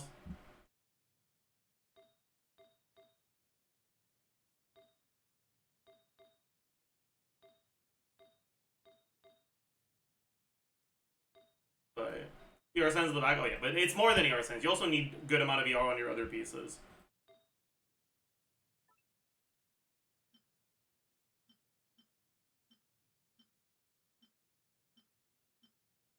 And this is, what, 18 instead of 10, so plus 8. I guess this one would be better.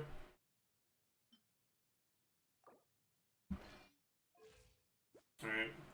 This amount of ER is not even always gonna feel good enough.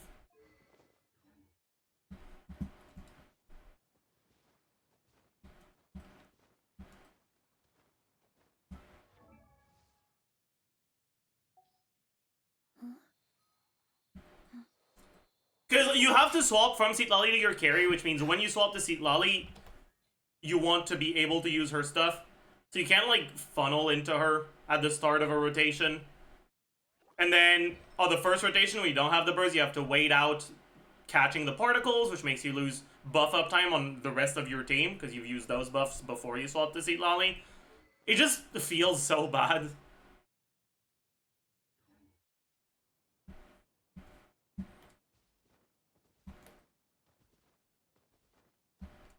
I'd say you absolutely want an ER main stat with pretty much any substat, and at least 3 of your pieces with over 10% ER, other than the ER main stat.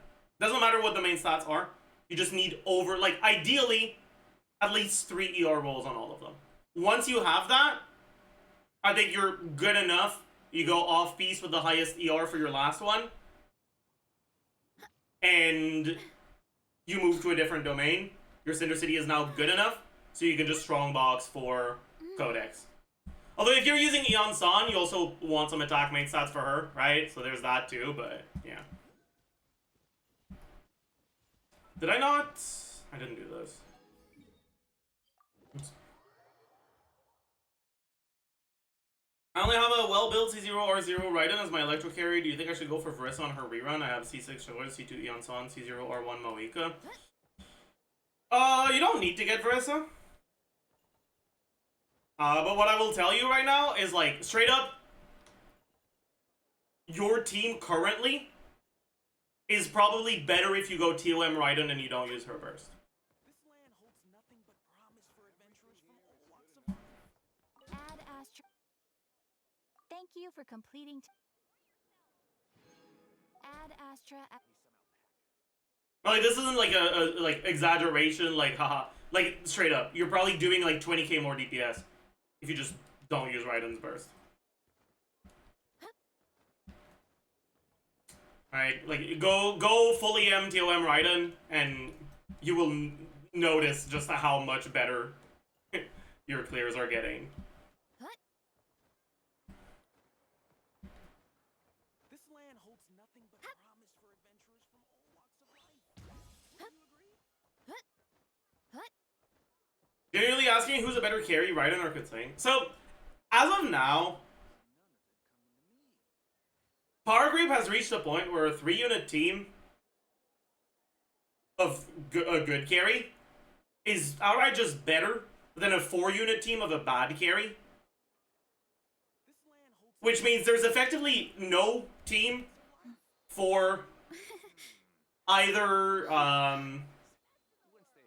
either Raiden or Kutsing where the optimal rotation actually spends time on them. But then on top of that, like, the good supports also have personal damage. So it won't even feel like a carry team unless you're intentionally playing worse units.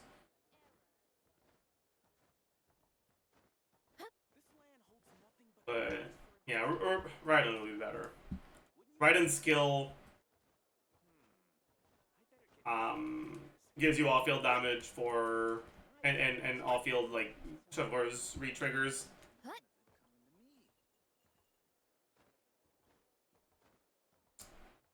It's tragic that it doesn't actually give Moika burst damage, because her burst doesn't cost energy. Saj. This land holds nothing but promise for adventurers from all walks of life. Wouldn't you agree?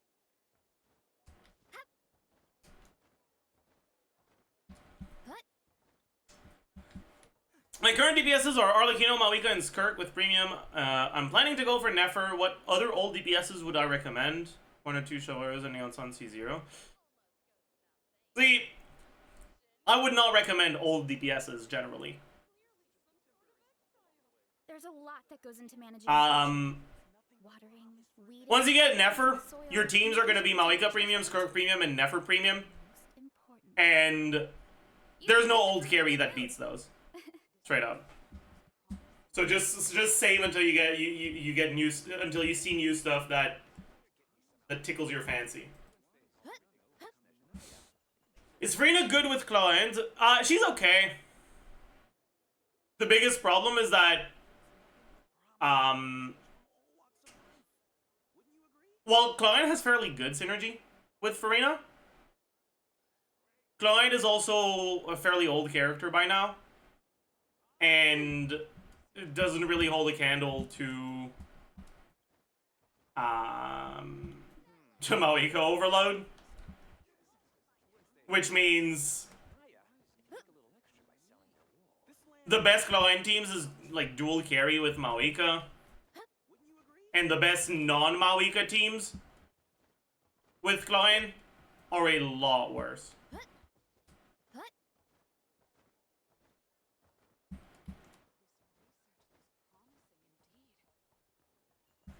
You know, while I'm yapping, I might as well go and kill some elites or some shit, man.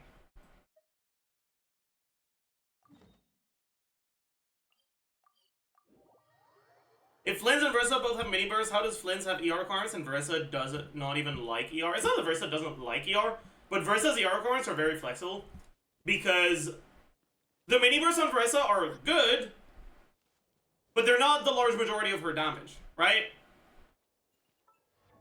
You look at the amount of damage that Versa does in a rotation.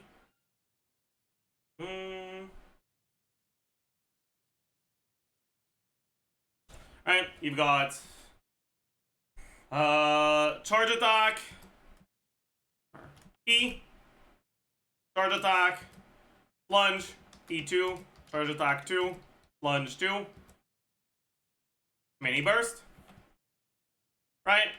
Your E is, I'm using talent level 10 because I don't want to open Amber right now, but it's gonna be the same ratios between one another anyways. E2, 191.5. Charge attack, 160.7. Plunge attack, 368 plus 147.4 plus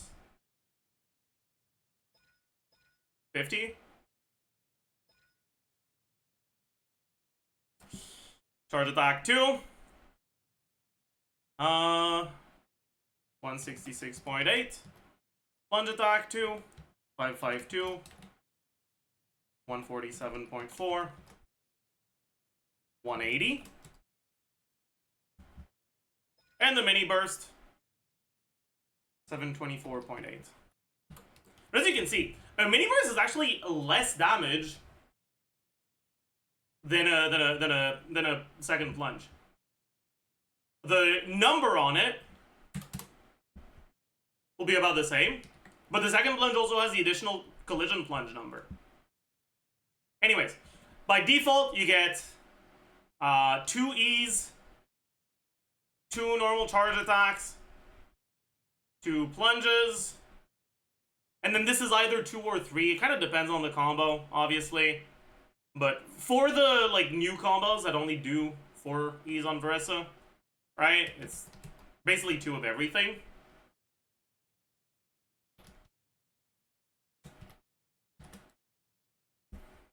Right? This is the motion value that she has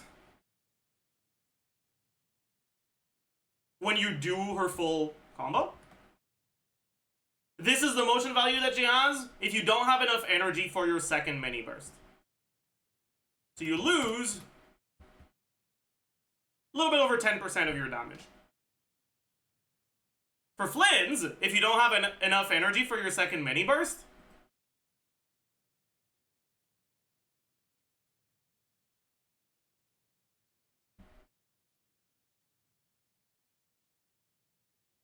I don't need to do a whole calc again.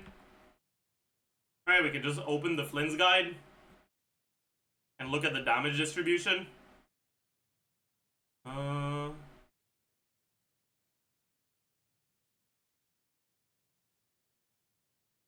have a graph for it somewhere.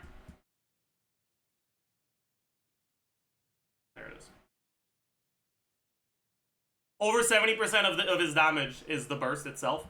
So if you don't have the energy for one of those mini bursts, you lose over 35% of your damage, rather than just a bit more than 10. So if you miss out on a Flynn's burst, you're cooked on damage. If you miss out on a Versa burst, It's not the end of the world, really.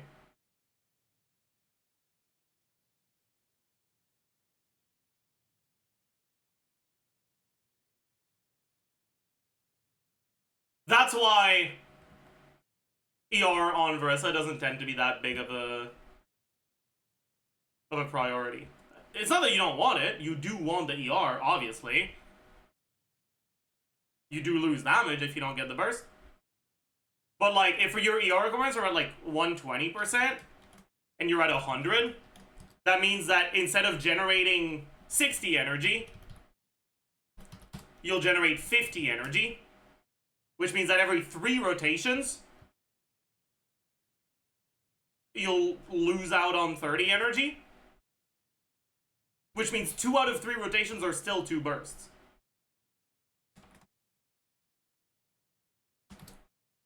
And the actual DPS loss from not having any ER at all when your ER requirements are 120 is like 4%.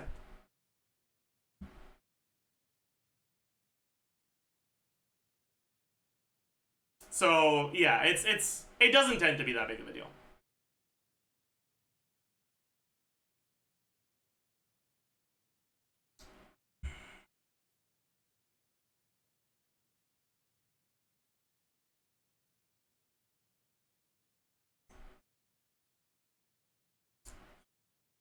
What's the future looking like for Verissa as an Electro DPS? Is it still worth picking her up on her rerun? I'm not sure, honestly.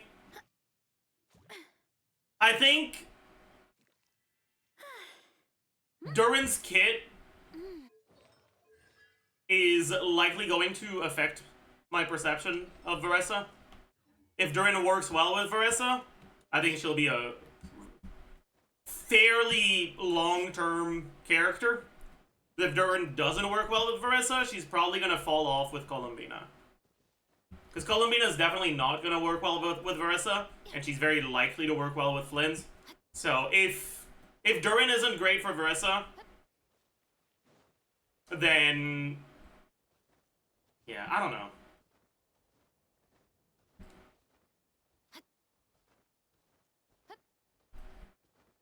Mawika new combo is already huge for her. Yeah, but the thing about that is that Mawika doesn't really have a bad team. So the importance of getting Verissa on your account, like as a way to have a conduit for a Mawika Overload team, isn't that high, and it's only going to get lower as more alternatives get released, especially if we get actual good Electro offfielders that aren't lunar focused eventually.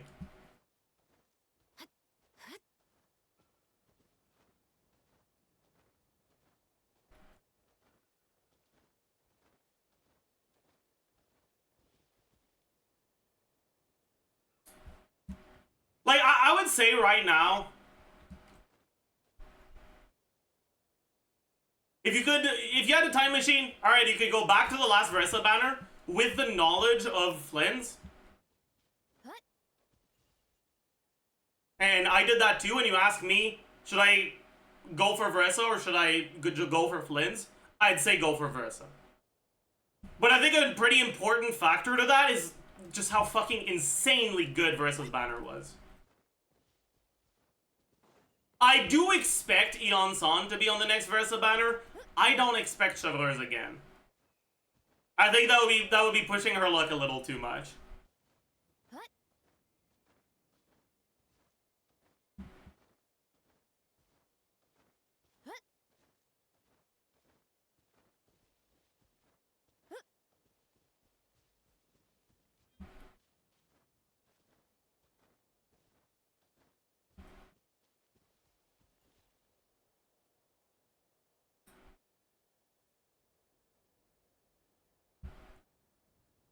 Oyo is making IT so restrictive and also making characters restrictive like Flynn's and Inefa, and that's making me not want to pull characters for IT. You don't need to pull characters for IT. Like, I don't think there is a single account where they are able to enter IT, and if you put me on their account, I wouldn't be able to clear it.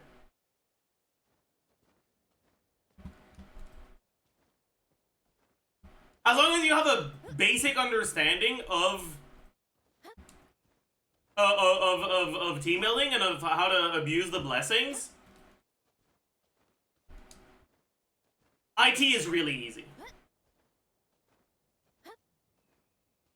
Yeah, maybe if you have, like, no artifacts whatsoever and your characters are all 70, not 90, and, like, your weapons aren't leveled, maybe I wouldn't be able to get the stars. But I'd still be able to clear.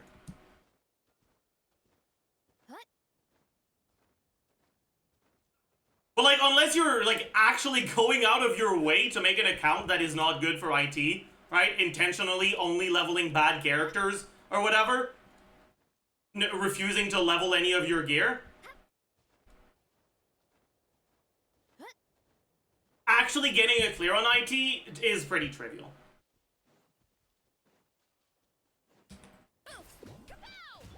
Justice will prevail. Final, faster, stronger. Burn it down. IT Blessings even made burning a good reaction a while back, yeah. I have Arista Overload and Skirk Premium. I focus on my Shilonen less Molani with Durin or Inephilis Flins with Columbina. Well, the nice thing about that is that if the characters you're hesitating between are Durin and Columbina, unlike people that are hesitating between like Nefer and Columbina or some shit, you'll get to see Columbina leaks before Durin's banner's gone. So just wait. Be patient.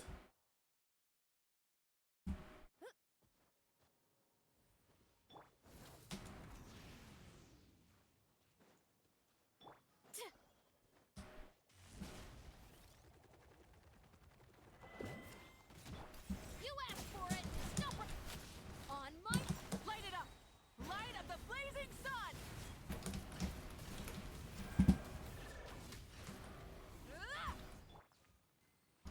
Let's get a bit of healing on this Yansan real quick. Oh, never mind. I can C2 Nilo with the event. Will she then become a best in slot teammate for Nefer? So the problem with Nilo on a Nefer team is twofold.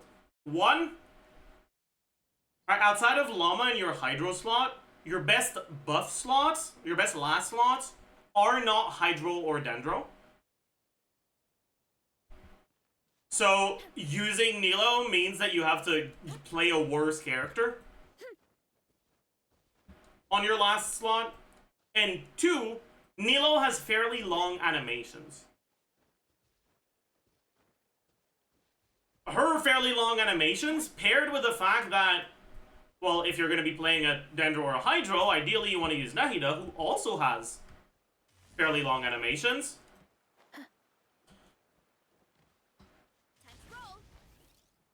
You end up a little cooked in terms of rotation length, which means that, and I want to make it very clear, like, it's not that she's bad. She's still most definitely one of the good options. Incinerate. Hands where I can see them. But the gain won't be very big. Do I still have the Nefer sheet open? I don't, but I can find it.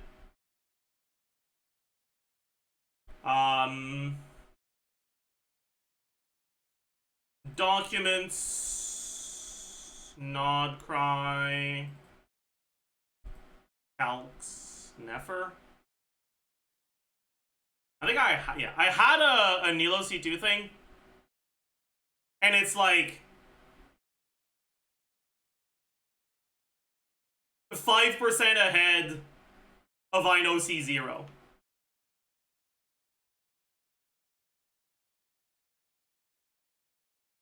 And you don't have a healer.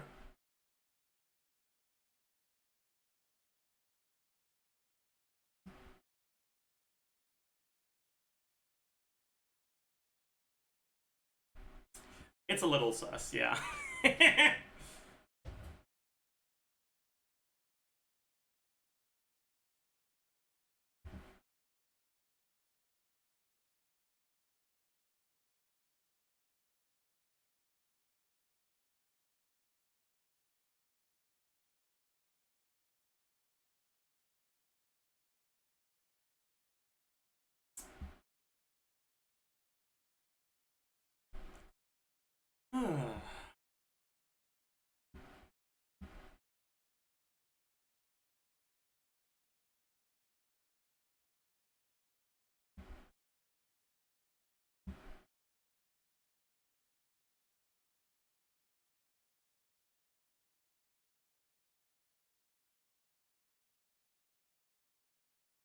How is I know C0 worse than C1 team damage? Are you talking about like this and this? That's because this is using Frost Star.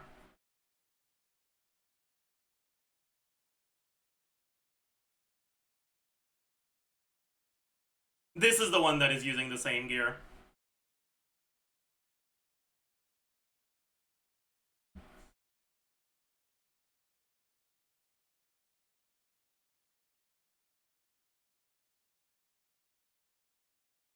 But like all of these Never calcs are a lot more subject to change than the Flynn stuff pre-release, because I need to do some testing on rotation length and like cancels for Nefer before I'm confident.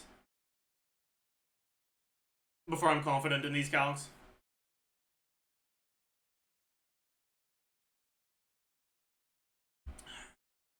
Wouldn't Raiden be better than Cookie and Nefertiti because of lower field time? They have the same field time.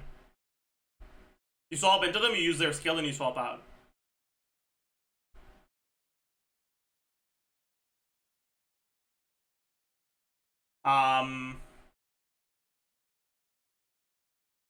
They'll be basically the same for damage, but Cookie gives you healing, so you're better off using Cookie. Isn't the duration much higher? Yeah, but the duration doesn't matter. Because longer duration just means that your Electro is still going during the setup for your second rotation. Which doesn't actually change much, really.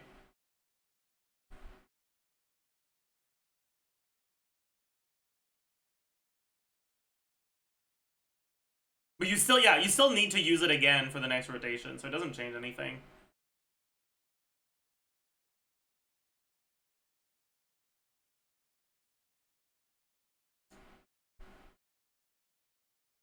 Freedom Sword Cookie is useless, right? Doesn't buff anything, so fab we go.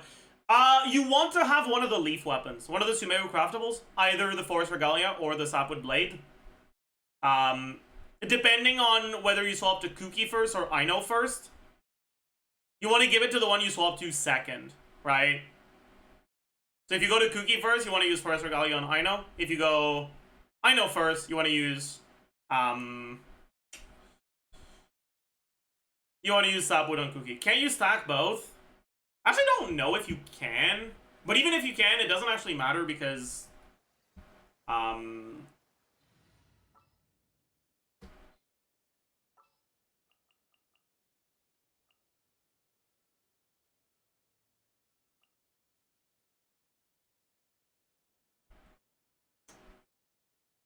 because it'll be really hard to not accidentally pick up the leaf on the way. Where the fuck is my sense? There he is.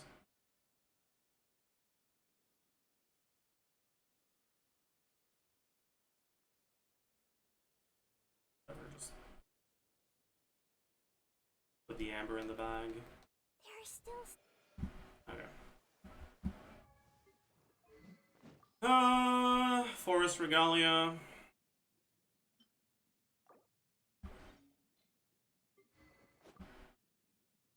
Sapwood Blade.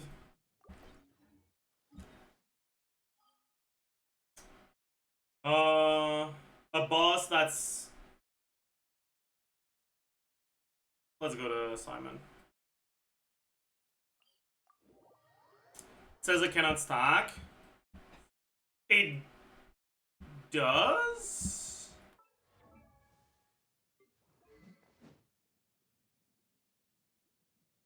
But it is a different weapon, so I'm not sure if, like, different weapons can stack. I don't think it can, but I never actually tested it. So I'll test it before I lock in my answer.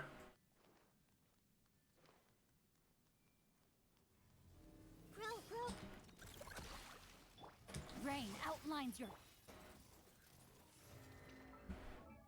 339. I'll race you there. Still 339. Yeah.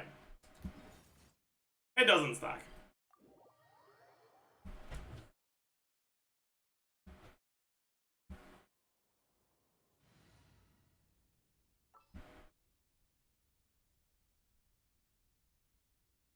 Wanted to double check. But yeah. You'd rather have the leaf generated on your character you swap to right before Nefer so that you don't accidentally pick it up on the wrong character.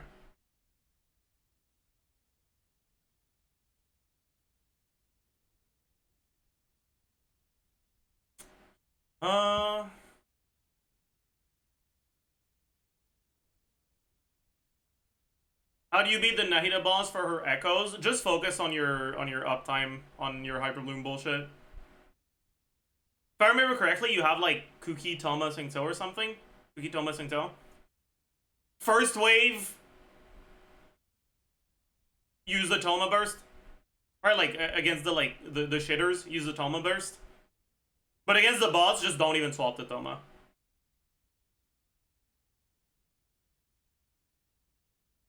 And make sure you have good burst uptime on your Singto, good skill uptime on your Kuki.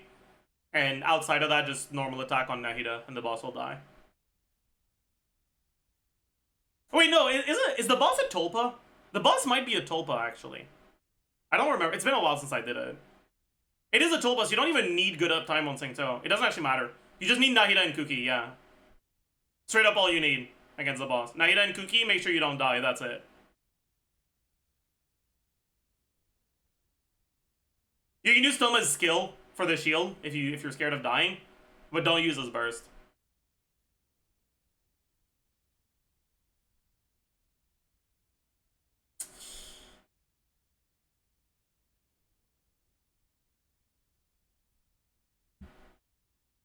I only started playing the game around 2 weeks ago. Is Nefer, Aino, Yao Yao, Kuki a decent team? Yao Yao is a little sus in the team, but if you didn't get Llama, you don't have a great option. Since Kuki's already a healer, I'd lean a bit more towards Kole over Yao Yao.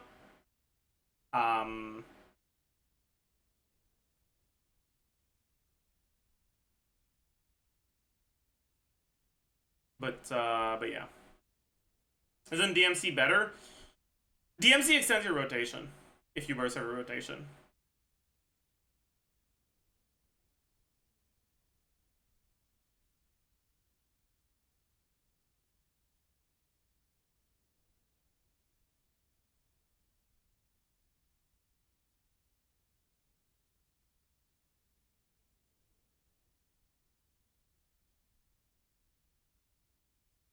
Deepwood Serenade Instructor, what's on who in a Nefer team? So, in your Nefer team, right, you have Nefer, you have Llama, you have Aino slash other Hydro, and then you have your last slot, which is like your flex slot. Right? Nefer is obviously on the Night Sky set. Then you need to have someone on Serenade, someone on Deepwood, and someone on... Well, you want to have someone on Instructor. By default, whoever you swap to last before Nefer should be on Instructor. Some flex slots can't use Instructor, though. For example, the Cryo flex slot cannot trigger a reaction in these teams, so they will not be able to go Instructor.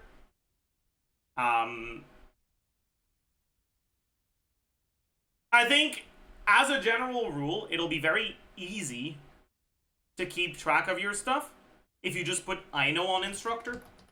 Especially because Aino's also a Claymore user, so you can always have her on Forest Regalia. And then you have a Flex slot and Llama, one of them on Deepwood, one of them on Serenade. It outright does not matter at all who's on what. It's like, you go whatever on both. Technically, if your flex slot doesn't need ER, you'd rather go Serenade on Llama, because the 2-piece ER effect will be useful for Llama, but it wouldn't be useful here. But like, it's a very small difference.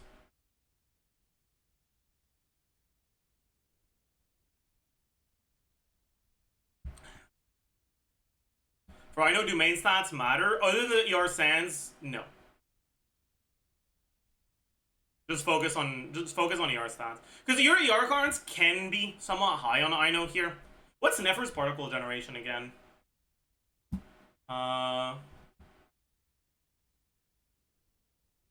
Characters, Nefer, notes. It's okay. 2.6. So it's 5.5 on average. Let's just say 5 average, right? So do I still have an energy sheet somewhere? Yeah. All right. So Nefer generates 5. Llama is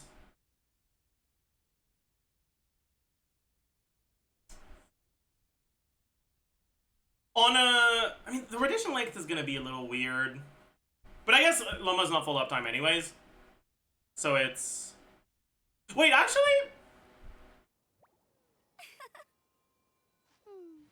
I need to double check something.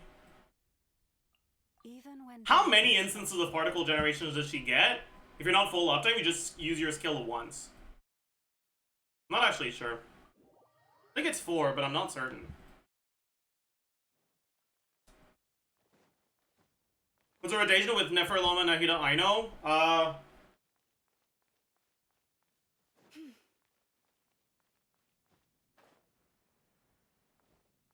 Not entirely sure, because maybe you want to, like, start with a couple seeds. Anyways. You poor lost lamb. 1, 2, 3, 4. Okay, so it's 4 instances.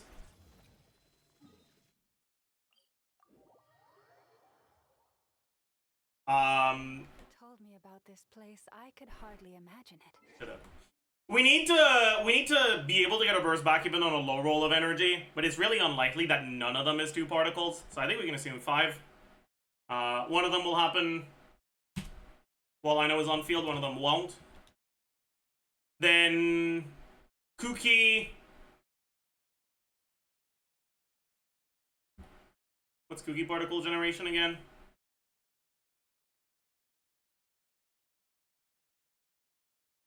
Not here. KQM, TCL. Llama has weird particles. I've had her give me 3 when testing. She should never be able to give you 3. It's always 1 or 2.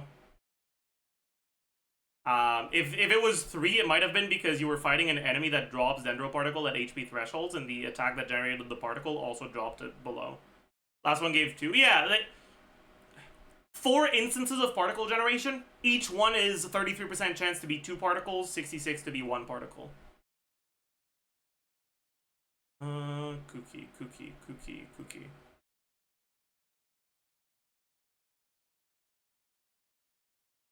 Oh yeah, it's 55.45 on each hit. Or sorry, 55.45 on each hit. And how many hits are there? But here I am. Does it count the hit from C4, actually? I don't even know. What they do then?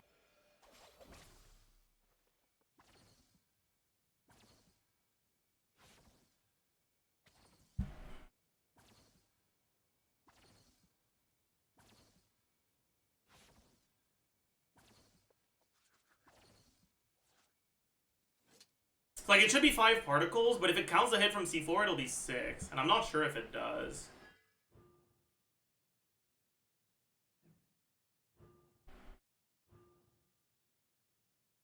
I guess I can try to figure it out.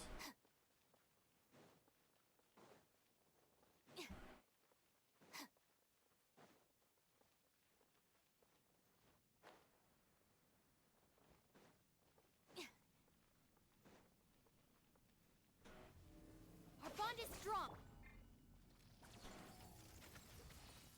It does. Okay, it does work. We just generated a particle from the C4 proc. It should be 6 average. One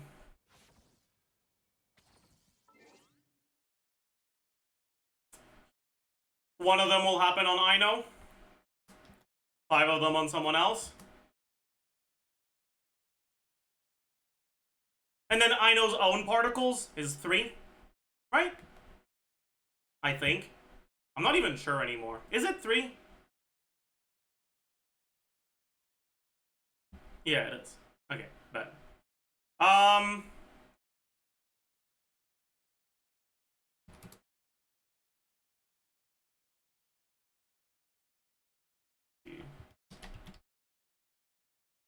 Then clear particles, if Kuki is on Fav, she actually catches the Kuki Fav particles if you proc it, but it might be difficult to reliably proc it, so maybe you don't care. Do you care about procking it? Chat, what do you think?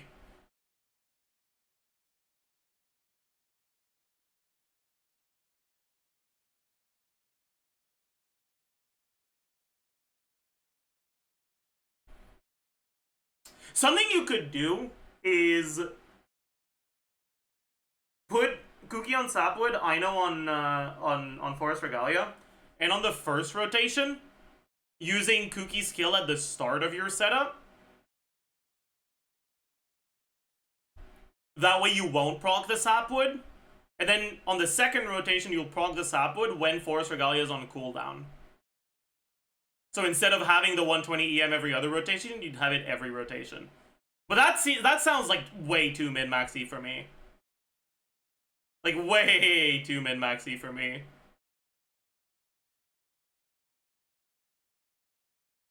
Yeah, so let's say no Fav proc, just whatever weapon on Kuki.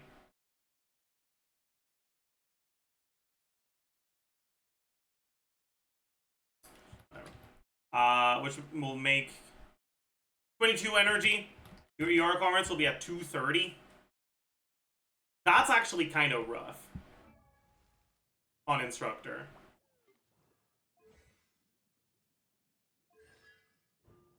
The C4 kind of makes a difference then, huh? Do I have 230? No, I don't. And I have some pretty good Instructor.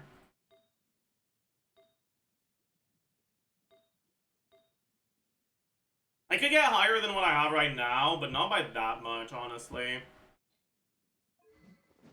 Oh, my Forest Regalia is not leveled. Once it's leveled, it's... How much is it? 30? 30%? So I'll get 24 more? Okay, I will be at 230.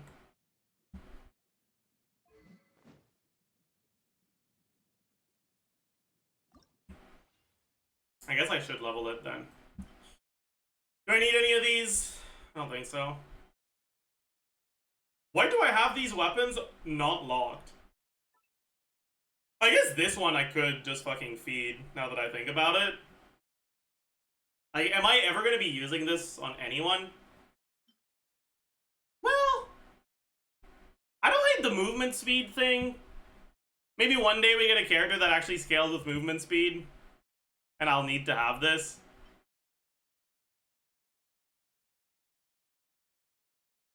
Luigi.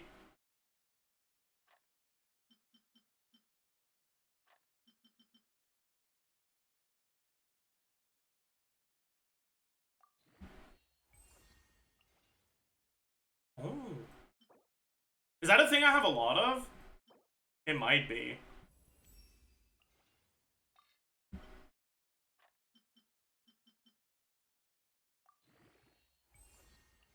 Yeah, it is. Sick. I might be able to level 90 this now. Are you getting Nefer? I'm not sure. I might.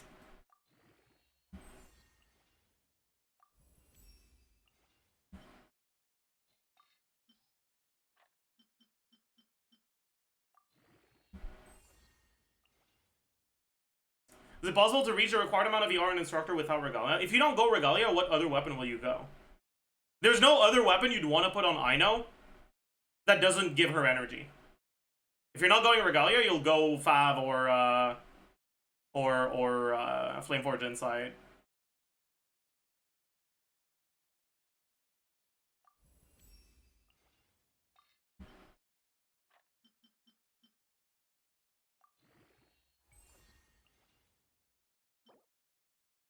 I can get it to 80 now, honestly. Might as well. If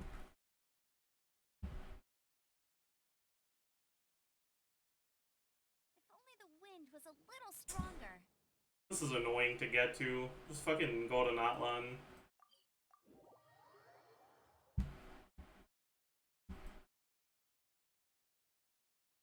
If Regalia was low base attack, I know, I agree. It'd be so much more chill to get if it was.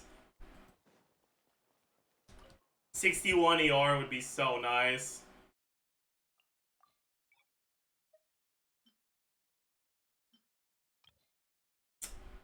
I believe in Mona today.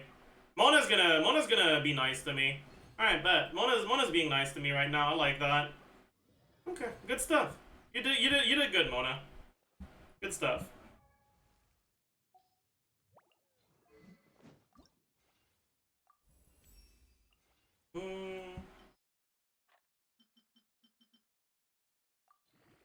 Getting that last like 2.7% ER is not worth the amount of Mora it's gonna cost. I have enough, probably.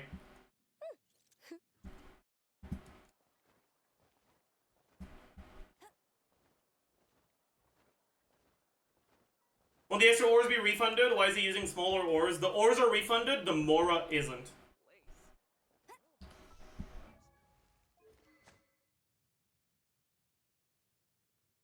When you level a weapon, this gives 10,000 XP, it costs 1,000 Mora. This gives 400 XP, it costs 40 Mora.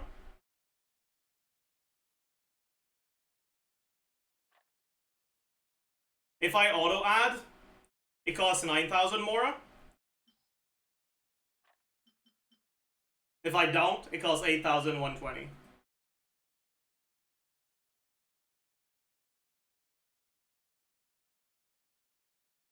So each time you get to a level cap, you save up to 1,000 Mora. If you don't just auto add and you go and like fix things manually. It adds up, you know? Like how many weapons do I have right now on my account? 1, 2, 3, 4, 5, 6, 7. No, 6, 7, 8, 9, 10, 12. That's not how numbers work. 1, 2, 3, 4, 5, 6, 7, 8, 9, 10, 11, 12, 13. And then it's what? Rows of 9, so 22, 31, 40, 41, 2, 3, 4, 5. 45 weapons. There's an ascension threshold at 20, 40, 50, 60, 70, 80. And 90, actually.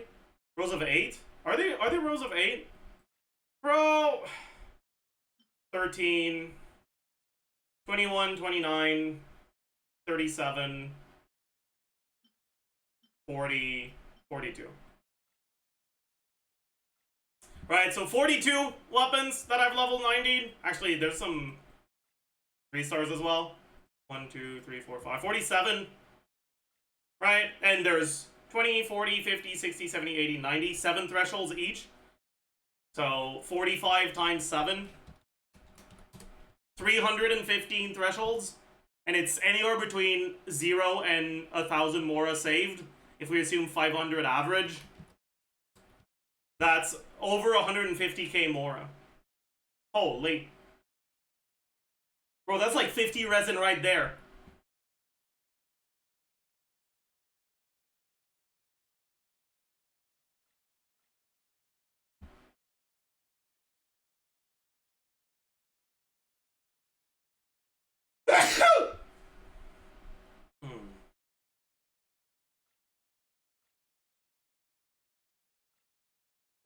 So, anyways.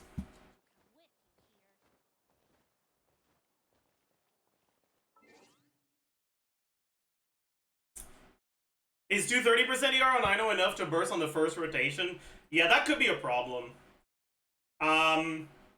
If you go 5 Kuki though, right, you get this additional proc, which is kind of a big fucking deal. So for the first rotation, right,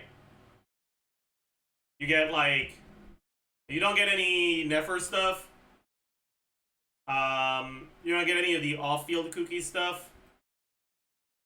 And you got the maybe 1 proc of Llama off-field, 1 proc on-field. You'd need 250. Oh. Oh. That might be a problem. Yeah, Incident Onslaught, this might be a problem, huh?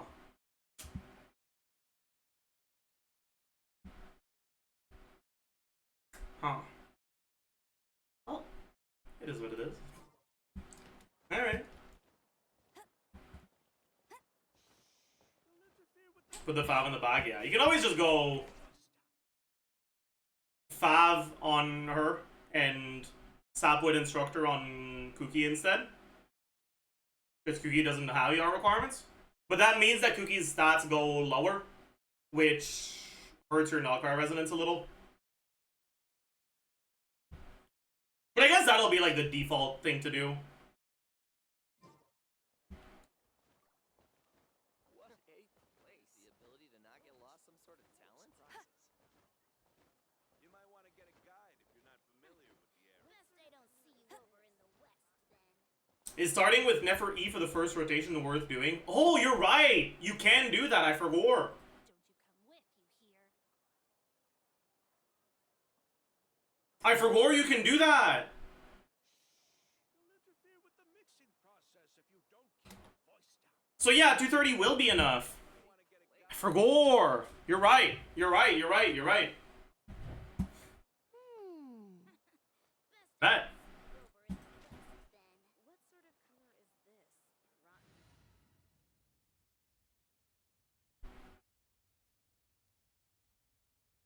Okay, you go Sapwood Serenade on Kuki and 5 Instructor on Aino. The problem is if you go Sapwood on Kuki, Instructor on Aino, because you have Instructor on Aino, it means you have to swap to Aino last in your setup.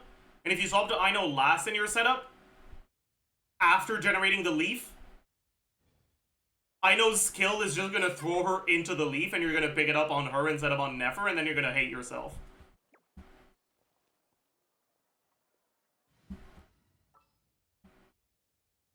I don't recommend it.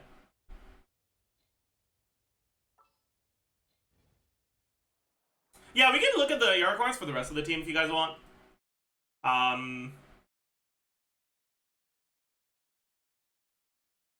So this will be...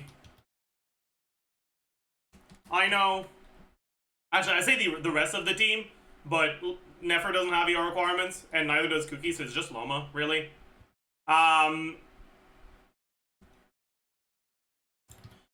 Loma generates probably 1 particle during burst animation. And then we said 5 total average, so 4 from the rest. 5 from Nefer. Caught of another element is 0. Non-caught of another element, 6 from Kuki. And 3 from Aino. Like, realistically, you probably have a 5 on the team. Whether it's on Aino or Kuki.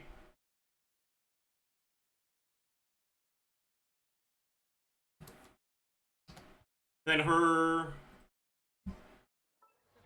burst cost is 60, right? Yeah. 60. ER requirements at around 196. Spinner loot gets you 45. So you need about 50 from substats. Or an ER sense.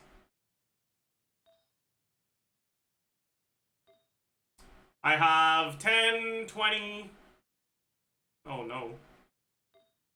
Okay. I'm a little low, actually. I need a bit more. Never mind, I can just use this. And I'll be fine. But I need to finish leveling it, though.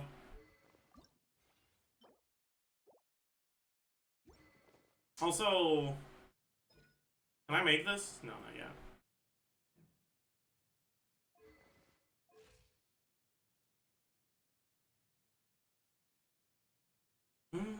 Isn't Serenade Llama Deepwood Cookie better for the 2-piece? Yep, sure. But Cookie doesn't really care about her stats. Llama does. So your main focus should just be putting the better set of the two on Llama. Not putting a specific one of the two on Llama. I mean, maybe I could level this. Maybe it just rolls all into ER and EM, right? That's an ER roll. That's an ER roll.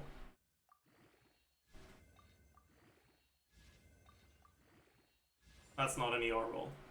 That's fine. I'll keep going. It's honestly pretty usable, even if it low rolls the next 2 rolls. That doesn't mean I want it to, so please don't. Yeah, let me just double check these instructor pieces. No. Alright. Yeah, whatever. It is what it is. 17 ER okay. This sort by ER-EM. Don't have a 4-liner. Unlucky.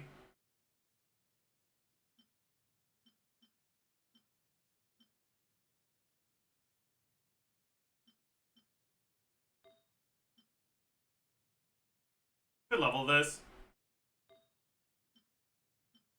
Oh yeah, I'm cooked here. I don't have a main stat. And this. Okay, wait. Maybe.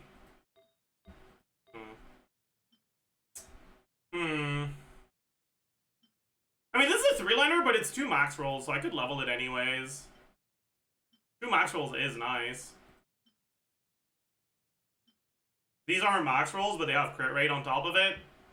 So I guess is not bad. I could recycle these. I think I like this one the most, actually. Because I can recycle this for a 5-piece. Building for Nefer, thought you weren't pulling. Even if I don't pull for Nefer, I'll probably pull for Columbina. And if Columbina doesn't work as a carry, I'll end up going for Nefer on a rerun. So, like, the set, it won't be wasted if I get pieces for it.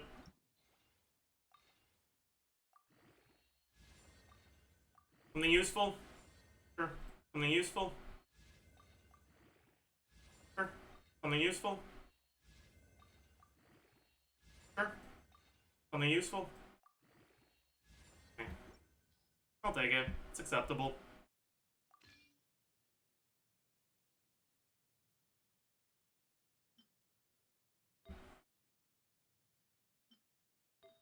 I didn't want to actually equip it, though.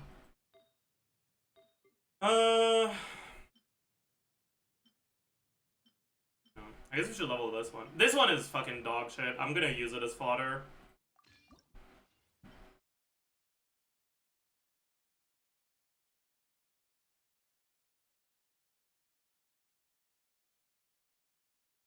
Where is it?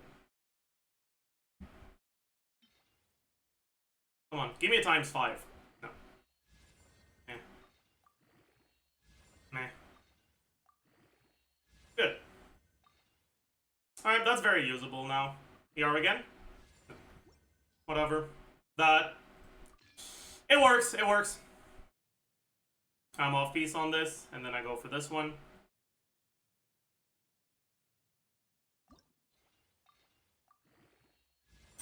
Roll into ER, please and thank you.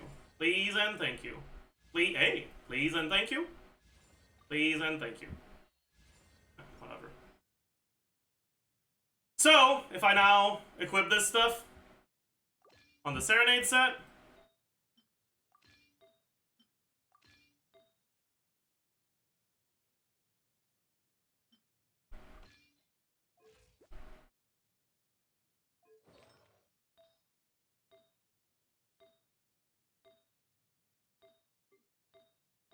yeah, we're chilling.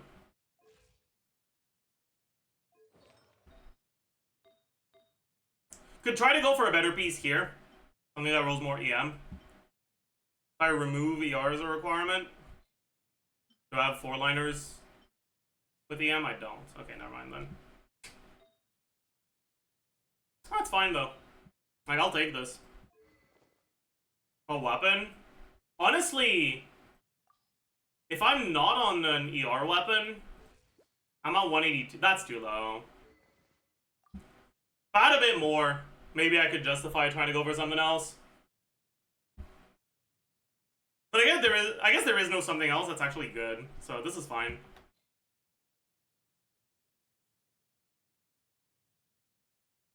How do you have a good Serenade set already? I mean, it's not a good Serenade set, right? It's an acceptable Serenade set. But like, you can't be looking at this piece and saying, wow, what a great piece, Zajef. How are you so lucky in this game? You know? Why do you have that at level 70? Because I leveled it during the event for the bonus, but then I ran out of these things and I didn't want to farm for the weapon material domain.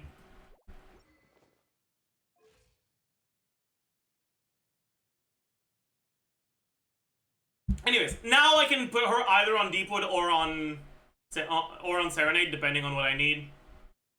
For now, I'll have her on Deepwood.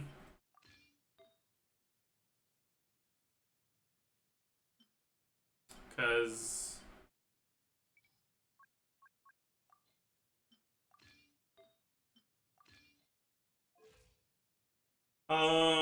I use her in Hyperloom, and I want her on Deepwood there.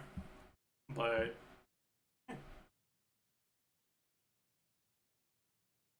set up the preset. That's a good idea, actually. Main stat, EM, EM, EM. Set type, Silken Moon Serenade. Priority main stat, EM, ER. No, ER, EM. All. Save config. That's the right one. And EM, EM, EM. Deepwood. ER, EM. All. And that's the right one as well. Bet. Stuff works.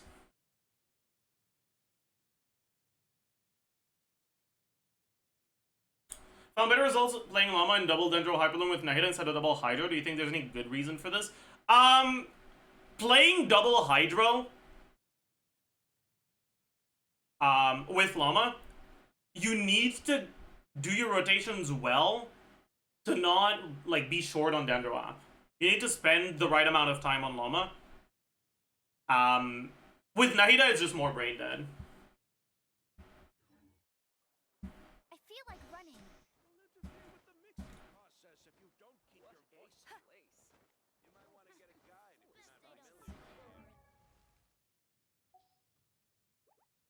Maybe I should do loadouts for Kuki as well.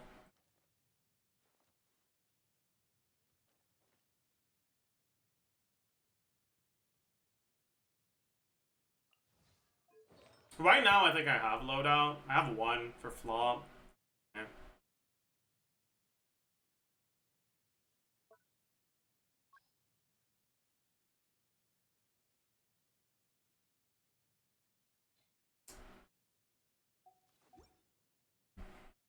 What does my Deepwood look like on her? Deepwood, Deepwood, Deepwood, Deepwood memories. So, that's pretty good.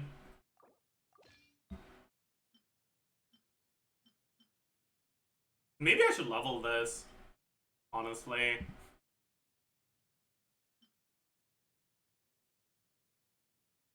But it's not like it's a big deal, so maybe I just do this so I don't have to bother. Then I definitely want something crit rate. Does it matter what the other stats are? I guess I just want attack percent as much as possible. I guess it's just this one. And then for this, I just want to maximize attack percent ideally. I think I have a piece with a lot of attack percent. Maybe not. I thought I did. Oh, it's on this one. Yeah. This is a fucking crazy piece.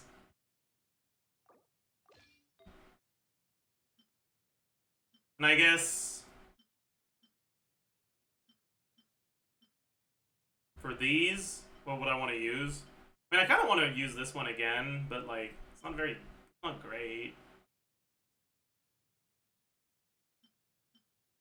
Nah.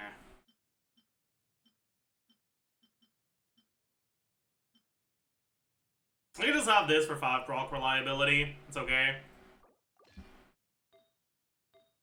But I don't want the, like, default to choose this. I'm a little worried. And then for this... Do I have an Electro Goblet with a lot of attack percent? No, I don't. What's my best attack percent goblet that I could use here? That's pretty good.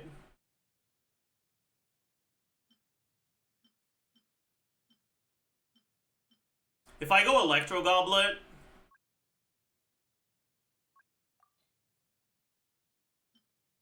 I guess I can get this one, which is also pretty good. Especially for the 5 procs. A pretty high crit rate. Yeah.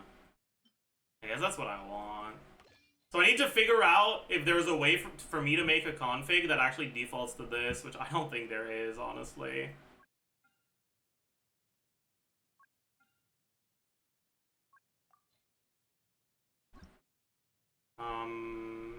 Deepwood.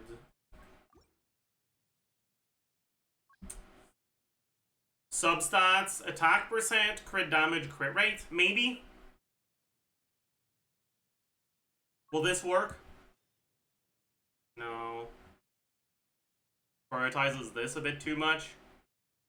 Maybe if I add HP and EM as minor stats. It's not enough. Also, this is wrong.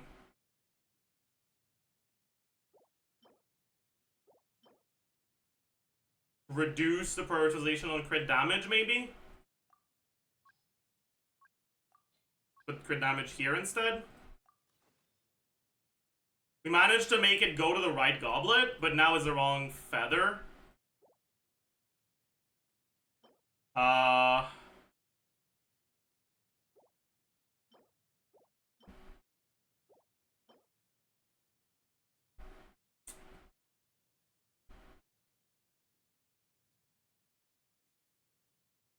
It's because of the attack percent, I think.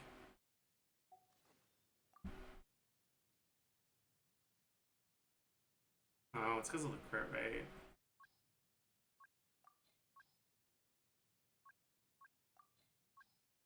Maybe this? No.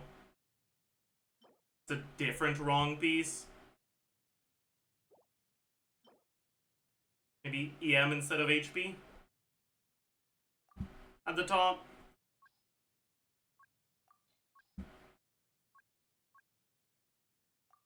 Boy.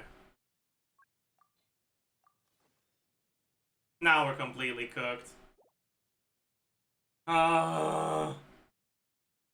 Just set it to only not equipped artifacts? No, because the whole point of artifact presets is that when I change my builds, I can just go and click on one button to bring it back to the normal stuff.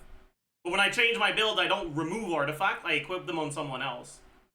So that won't be helpful at all. Oh, wait, that's better.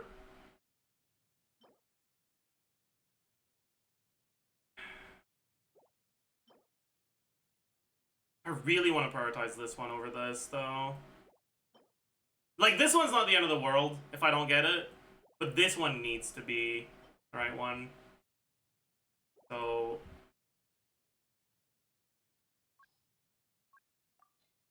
But if I do this, I think the feather is going to be wrong. Yeah.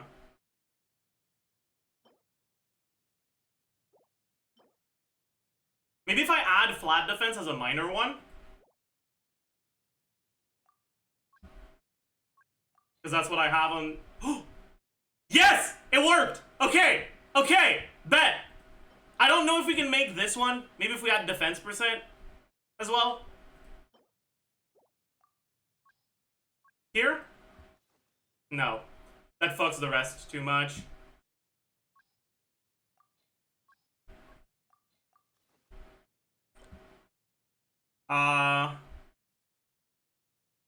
This has EM as well. I wish I could add EM as a minor one, but I can't. Because I'm already full. I already have 3. What if I put flat defense higher? And EM here? No. This one gets cooked. Is this even that bad, though? It's only 2.7% less crit rate. No, but we still don't have the right one here, so it doesn't matter. Okay. Never mind. Let's remove this. Put this back to flat defense. This is good enough, honestly. Incredible system. I know, right? I know, right? The fact that you have to prioritize flat defense here for it to do something useful, yeah. Yeah, it's a really bad system. Why no EM? If I add EM into the useful roles, it will change either this piece or this piece, and it'll give me a piece that has really low crit rate.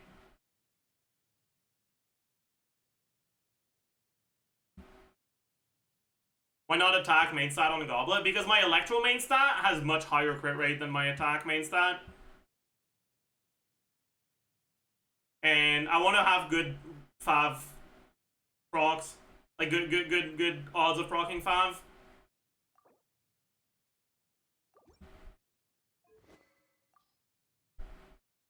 When I play her on this build.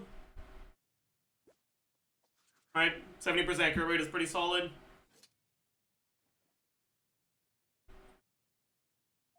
It's crazy that Cookie scales off so many. Yeah. Right, like in a Nefer team, Cookie's useful stats are electro damage, crit, EM, attack percent, HP.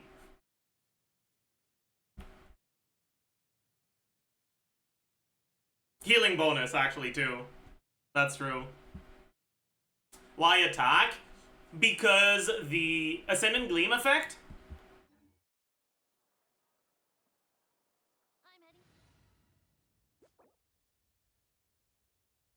increases lunar reaction damage based on the attack of your electro characters.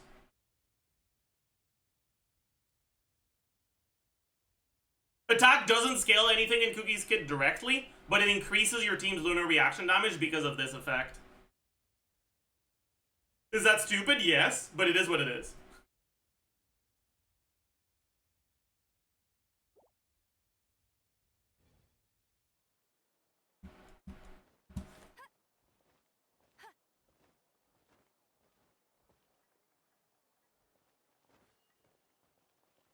Anyways, chat, let's do our stall real quick. Is Wonder C1 gonna be good when Durin comes? I like the energy you're bringing to this stream as a first-time chatter, Knight 69696, but I'm afraid I can't be as happy and chill in my response to your question as you are. No, Wanderer C1 will not be very good, unfortunately.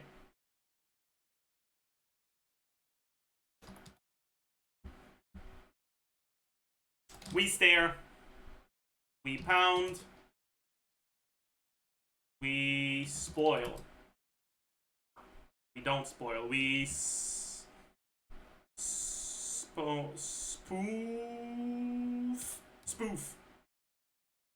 Okay.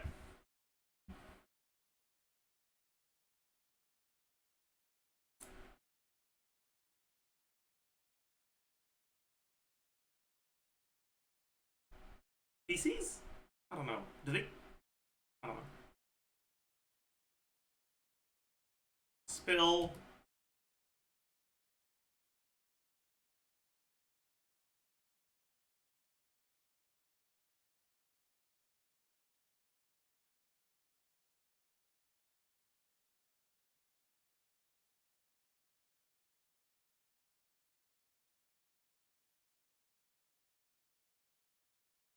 Tossin. Papua New Guinea. State of matter for most elements at room temperature. Solid. Is that even true? Are more elements solid at room temperature than other states? I didn't even know. I never thought about that. That's crazy.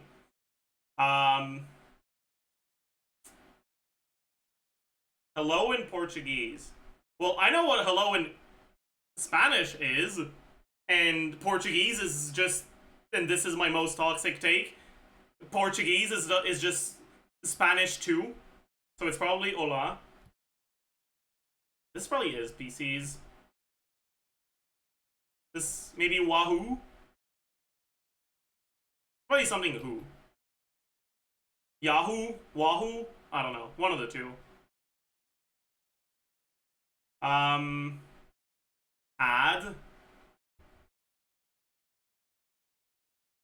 Julia Child.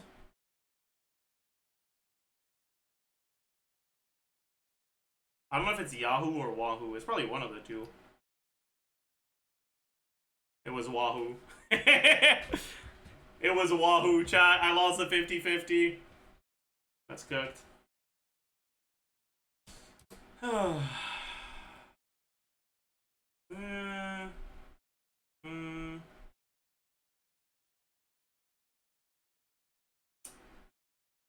quite 45, it's like a 40. 220? No. 227. 226. Damn, it was over 45. That's crazy.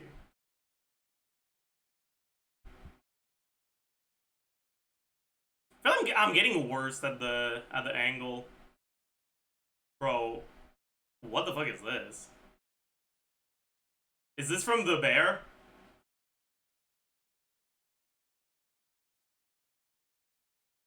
I don't know. Probably the something of something. Based on the letters here. I don't know. The Garden of Words, yeah. Bro, what?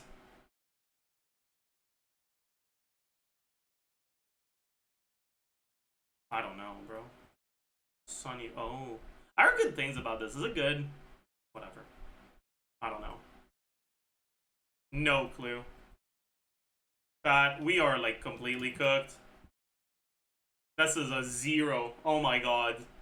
Not a good start. Okay. Okay. Okay. Okay. We can recover. Which one of them is this? Fuck.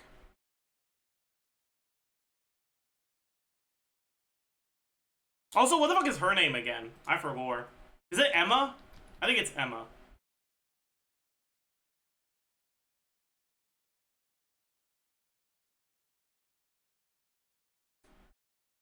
I only know the name of one of them because there was a chatter. I think they were the top gifter.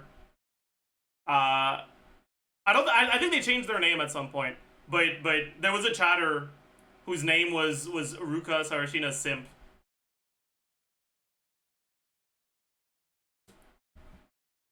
Yeah, bet. That's the only reason I know that name.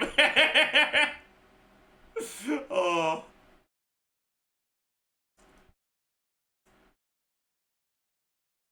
That's crazy. 5K is like we're redeeming ourselves because of Rent a Girlfriend. I don't know how I feel about that actually. Well, that's baseball. I don't recognize them. But I only know like 2 baseball show. Let's hope it's Ace of Diamonds. I don't know the other ones.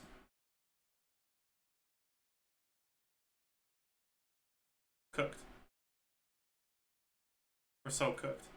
Oh my god. Oh my god, I don't know any of these either. Where did her waist go? Bro, what? What the fuck is what? Bro, what? Who made this? This is like... I didn't know you could have a single-digit waist measurement. But I guess you can, man. Holy fuck. Jesus Christ. I don't know. I mean, I don't know any of these. Yeah,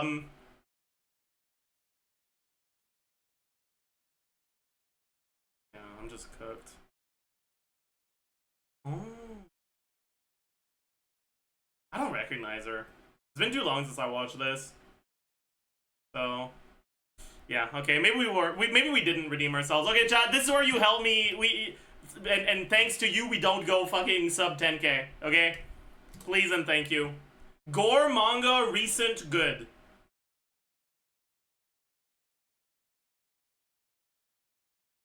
Chainsaw Man? Good guess. Mappa gore manga worse than Chainsaw Man, more recent than Chainsaw Man. Hell's Paradise?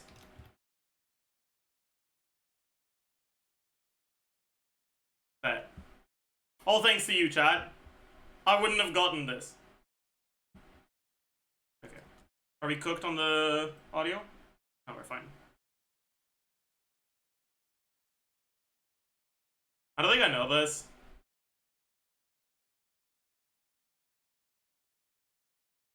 I know, no clue.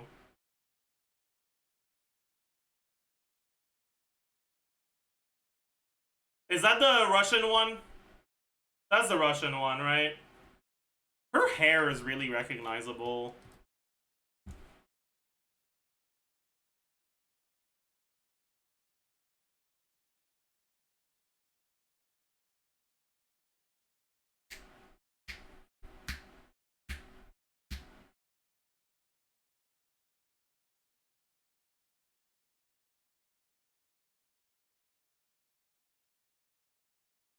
Dude.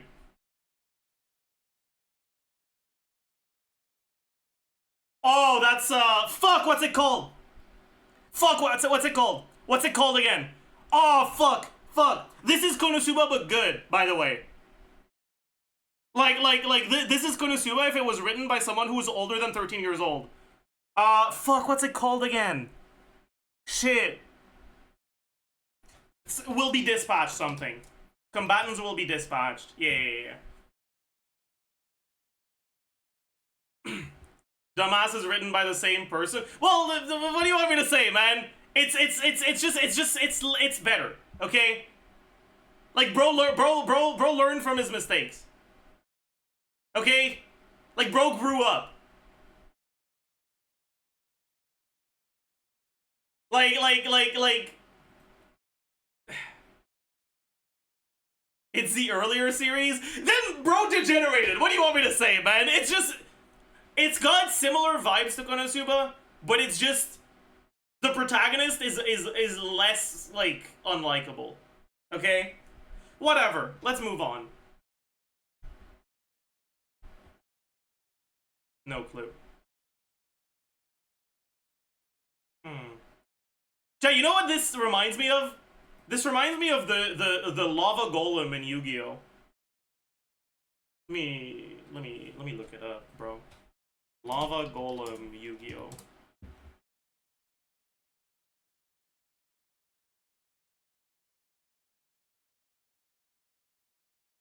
Right, like this thing. Like it's just got the same vibe to it, you know? It's just got the same vibe to it. Whatever.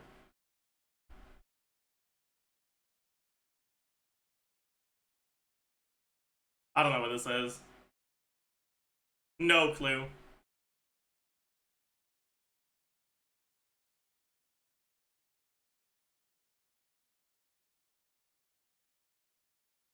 Is that like an arm? I have no clue.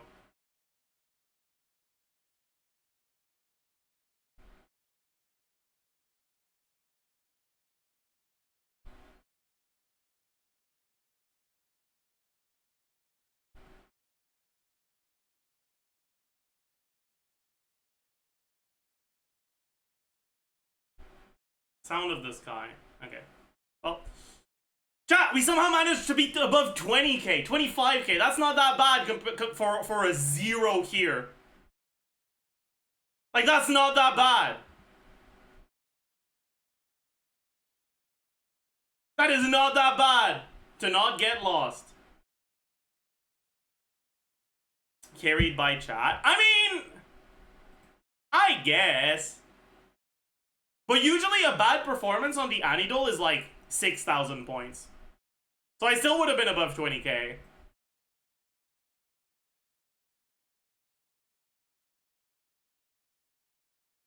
Anyways, we can do the OST guesser as well.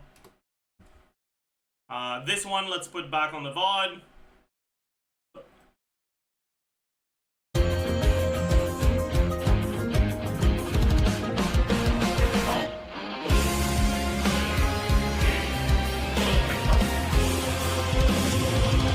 What the fuck is this?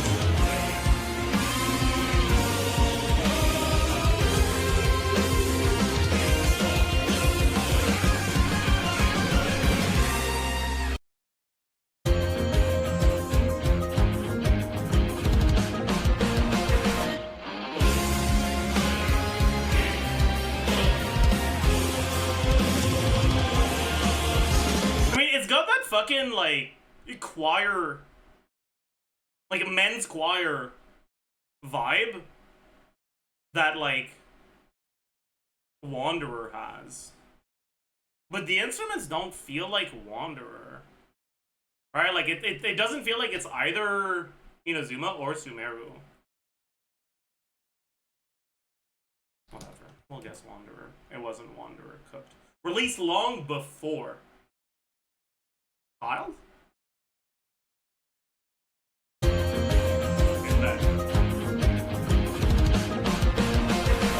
makes sense.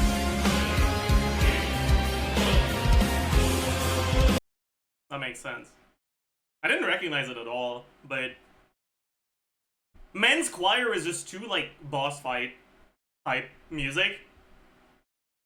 So it kinda just had to be one of the early bosses.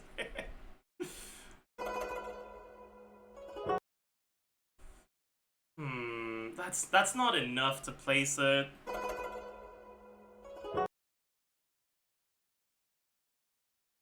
I'm gonna guess Shanyan, but I'm not confident.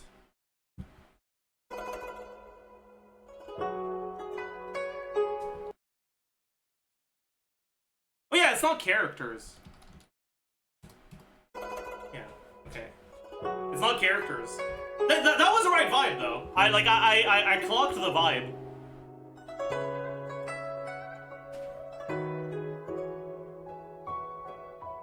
I'll take that. I'll take that.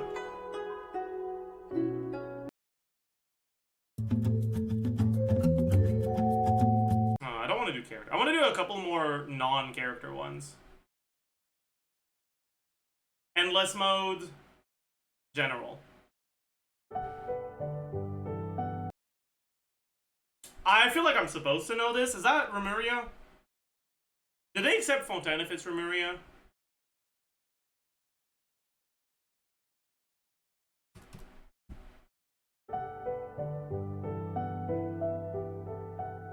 This is 1.0. No. This is Mondstadt. It's not Mondstadt. What the fuck?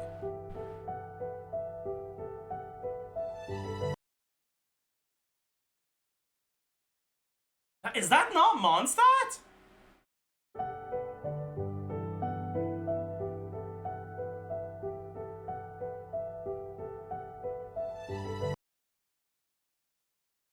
I give up, bro. Get me out.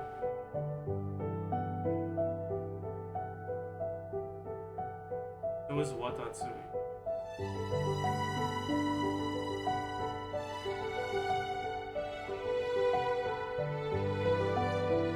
I mean, that's the Inazuma leitmotif. So if I listened to the whole thing, I probably could have figured it out, but like, whatever.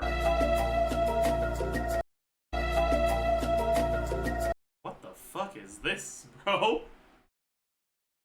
Is that... I mean, that's kind of Natlan instrumentation, but...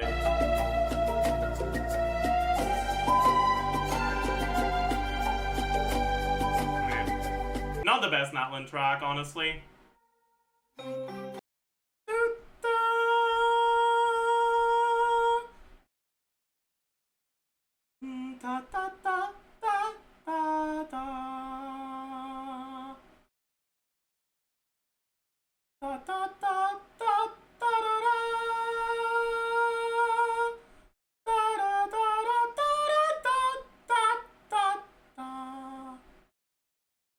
Is it, like, would Sumeru work, or do I need to be more specific?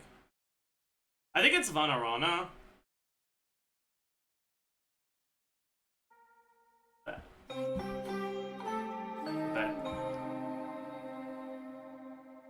Bet. I feel like that was kind of goated. I recognize it from the first, like, 3 notes. No clue. No fucking clue whatsoever. But don't know equal Fontaine. No.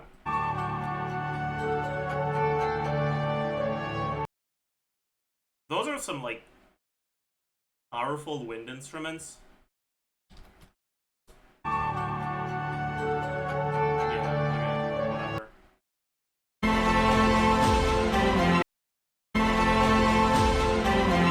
Is that Ashkan Outland?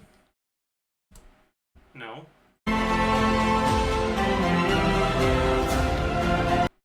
I mean, okay, this is clearly Notland. But which Notland thing is it?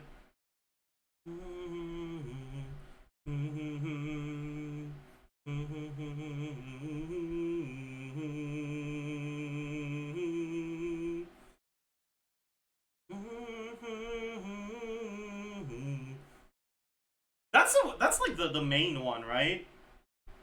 What's it called again? Ode of Resurrection, right? Wait, there's 2 of them? GG.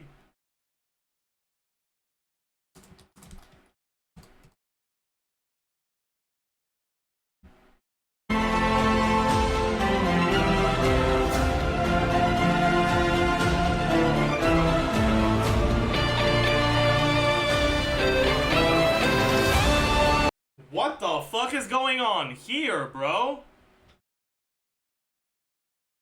Okay, it doesn't accept Natlan, so it's probably not an area in Natlan. It doesn't sound like it would be a character trailer, so it's probably a version trailer.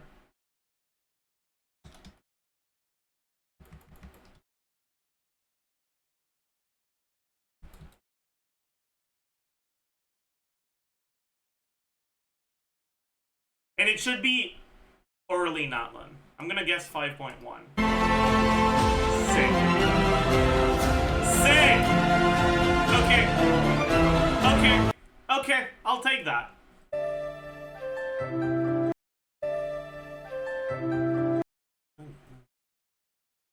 That's somewhere in there.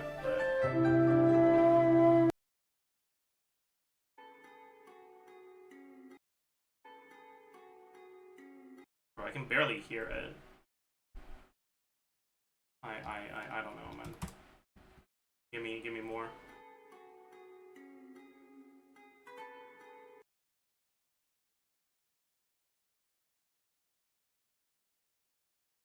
Is that Sumeru? That's a Sumeru leitmotif, no?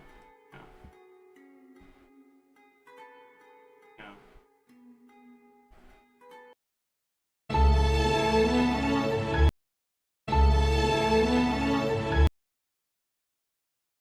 We're not really hearing any melody here. It might be Mondstadt, but I'm not certain.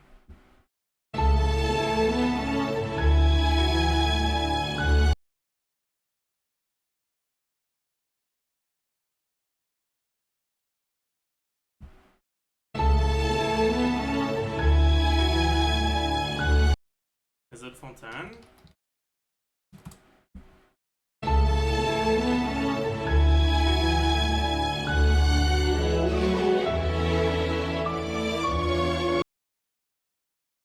Okay. This is not a region other than these two. This is not a version trailer.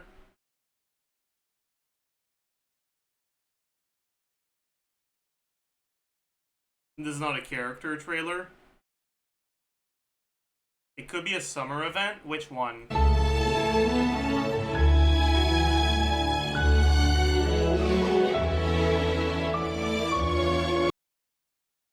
I feel like the notes are too long for Simulanka.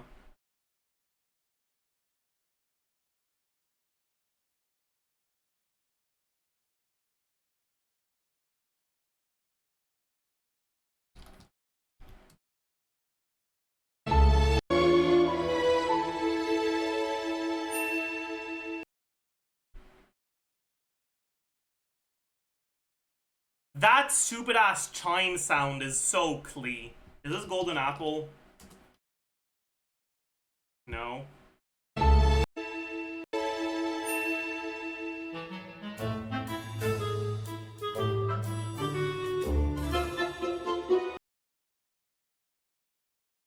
Is that Hu Tao? What? How is this Hu Tao?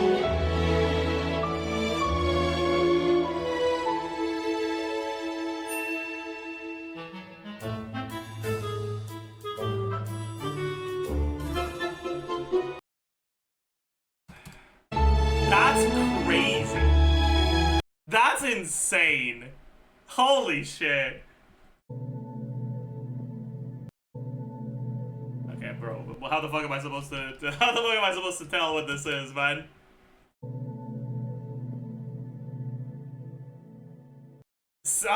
That's so much more helpful. Another place that's like shrouded in mystery. Kinda.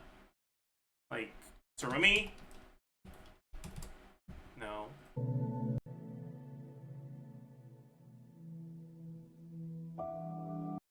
Anka? It was Anka, okay. Whatever, get me out.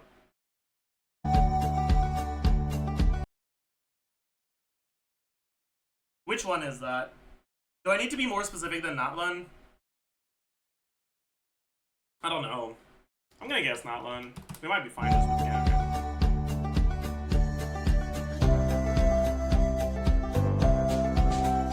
That one's in the rhythm game. I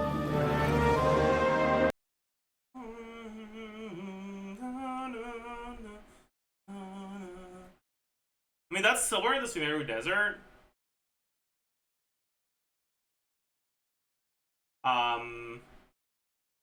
Feels underground, I think.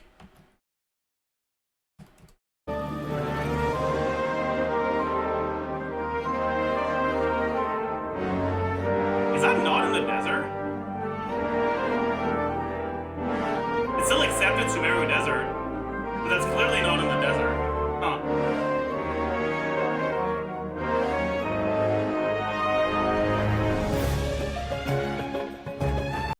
Well, cool, I guess.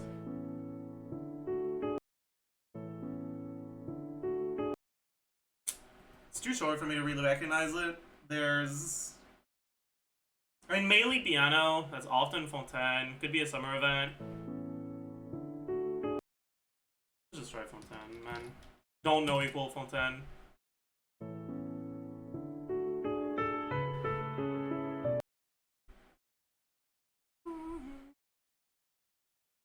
I don't know, actually. Yeah. It was Simulanko. Of course it was.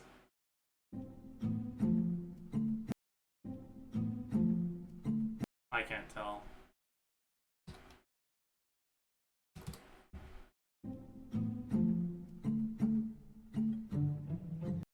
I have no clue.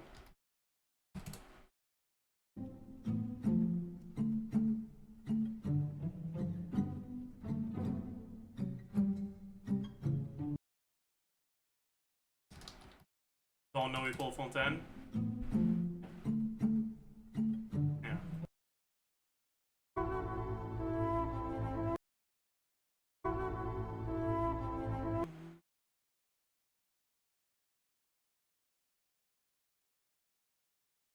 is that again?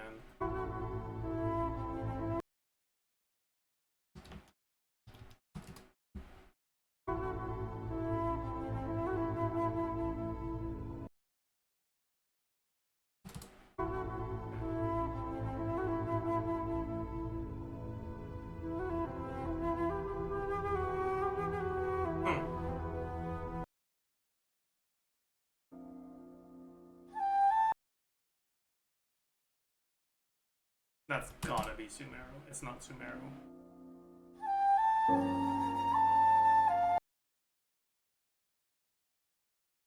What?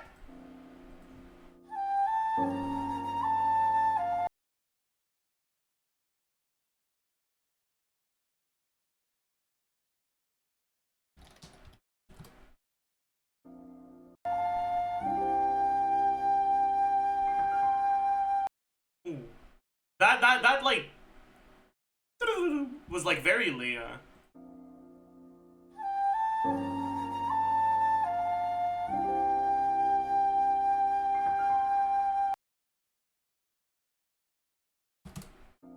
That.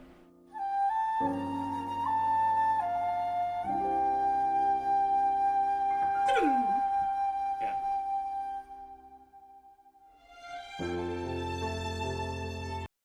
I would not have recognized the melody. Thank God for that fucking slide of piano notes. That's Sumeru, right? No?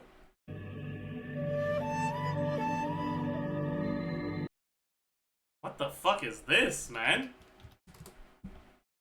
Am I an idiot?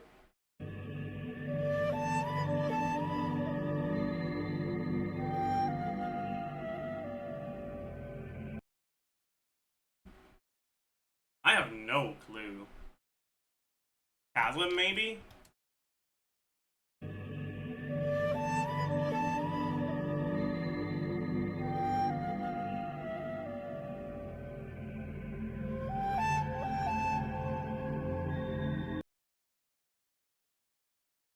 I have no fucking clue. Okay, sure. I'll take that.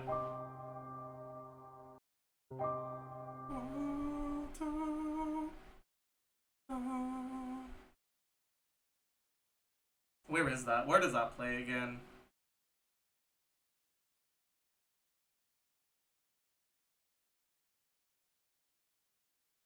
I think that's Anka.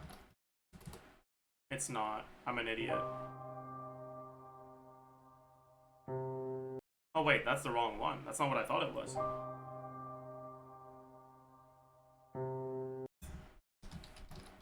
I don't know.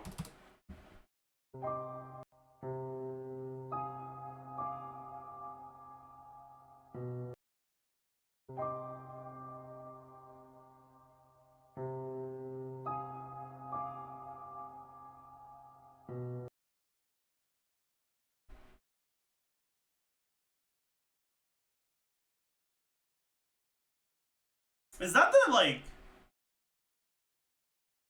fucking Sertologi's fucking friend thing? No.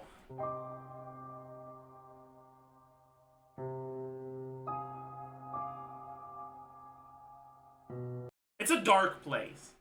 Like, this place somewhere where there's very little light.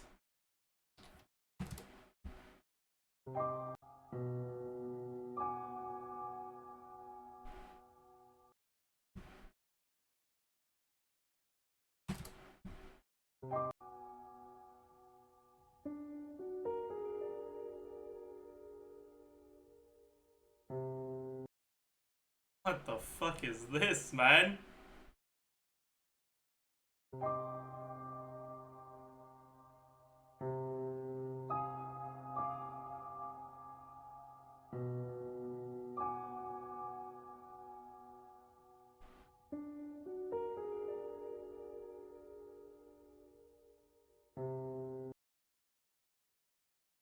What else is a dark place?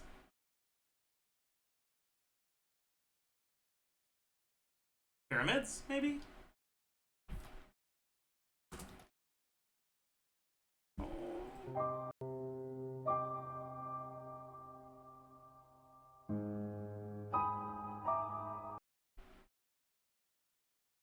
You know what, chat?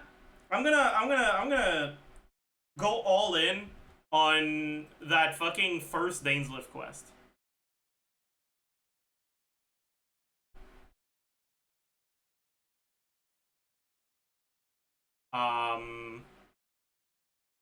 Which was it 1.x or 2.x? The first Dainslift quest with the field tiller and shit.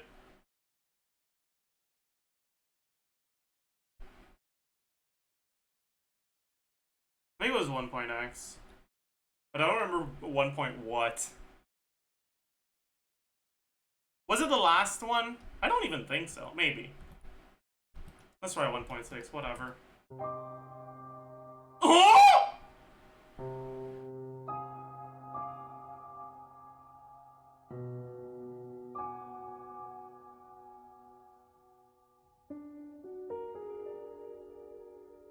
What patch was Golden Apple again, by the way?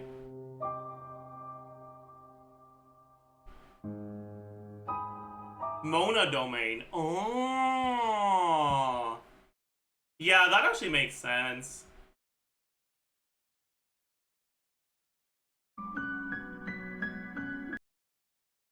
Whatever. That's enough of that anyways. Oh boy.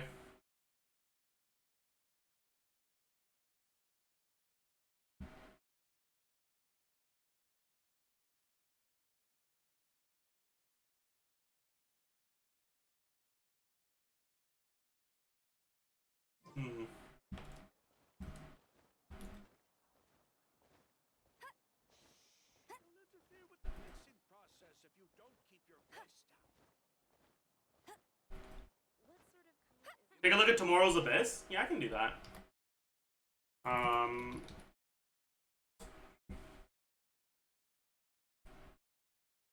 Is it this one?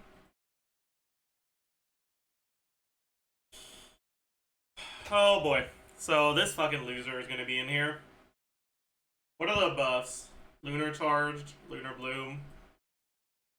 Right? Of course.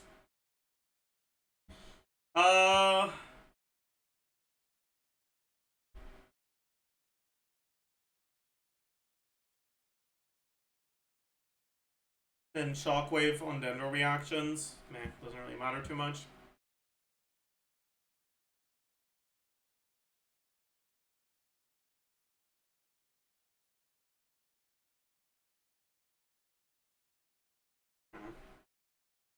This one won't be too bad, by the way.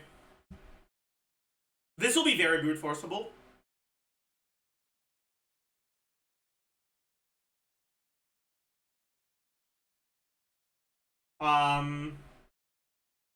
Is this the one that has the immunity? No. Ah! Wait, no. It's only 10%? Okay. Alright. Okay, so that doesn't matter. Alright. 3 waves is a little annoying, but this is like honestly not too bad.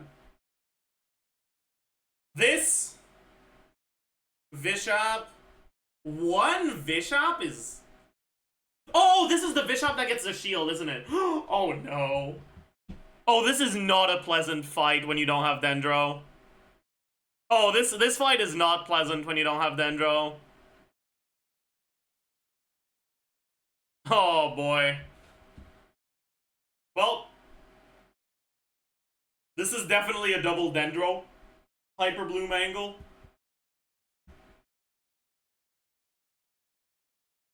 What does it do? It shields up with Hydro, and then it just starts, like, hitting you real hard and real often.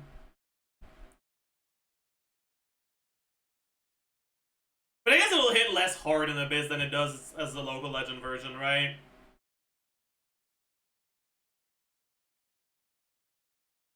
Can you freeze it?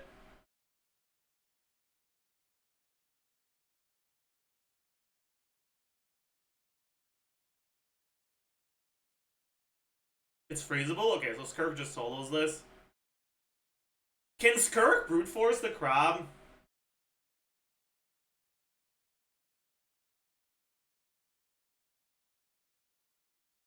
Probably, right? She can probably kill the crab before it goes up.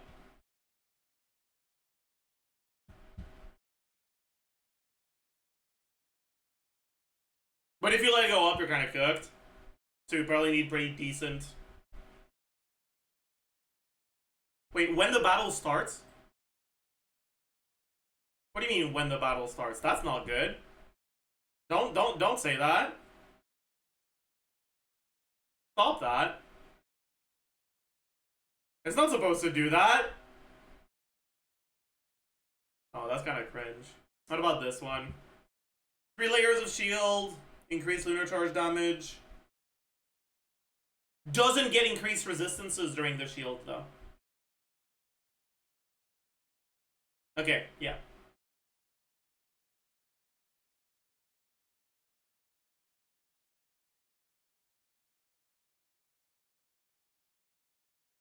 And the shield doesn't regenerate. At least it doesn't say it does. So it probably doesn't regenerate quickly.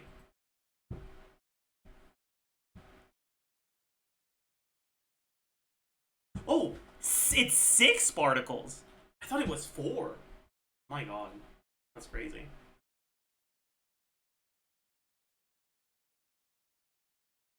Anyways. Do these guys have the thing too? They do, right? Aww. Why?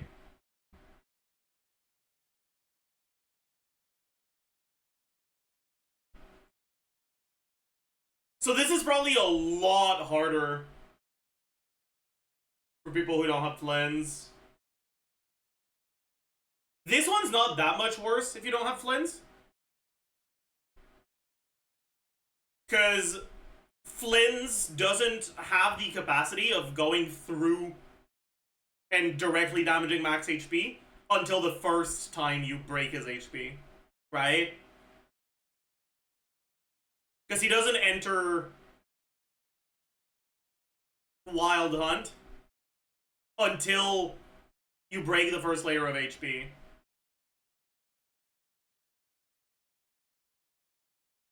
So you can't directly damage the max HP until after the first down. But these guys you can. So with Flins, you only have to kill them once. Whereas with other teams, you have to kill them multiple times. Never 2, I suppose, but yeah.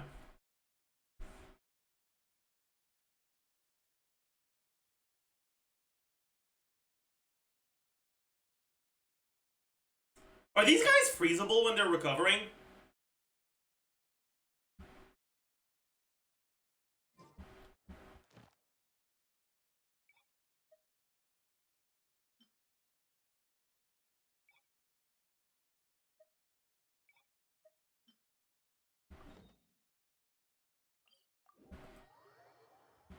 Check in the artifact domain, that's true.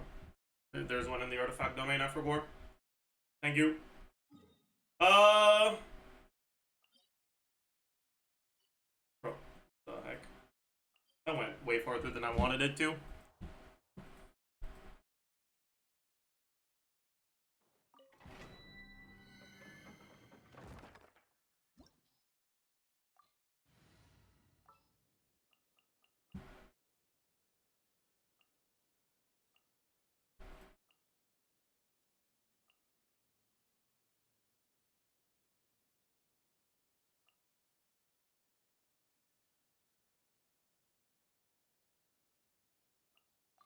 Let's go stretch our legs while the flavors are mingling.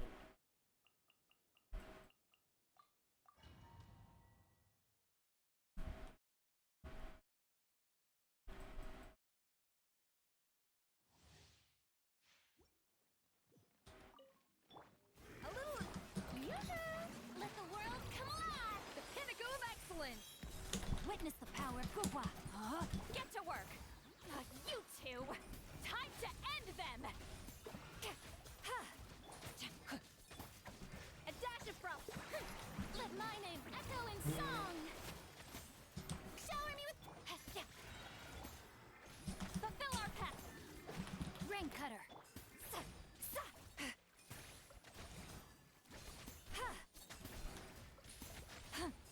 Did that extend the duration? I couldn't really tell. Off to the brink.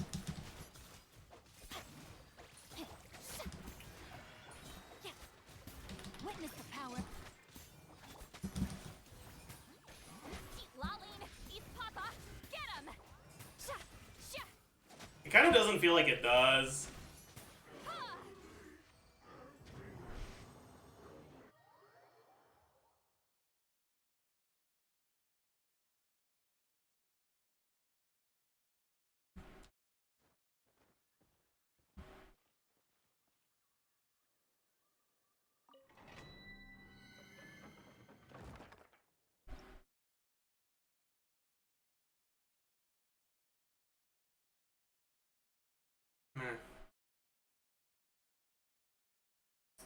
Do we know how much of the bar fills up when you down it?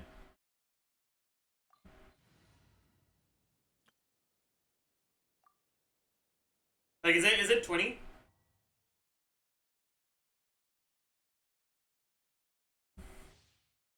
Is it 25?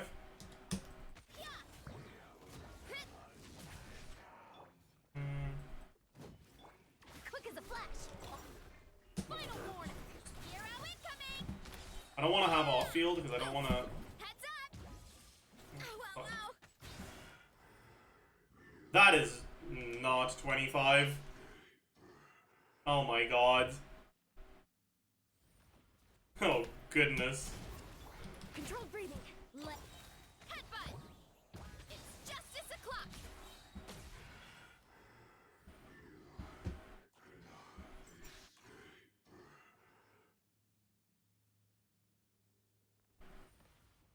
So 2. Oof. Heads up. Stop right there. On my charge.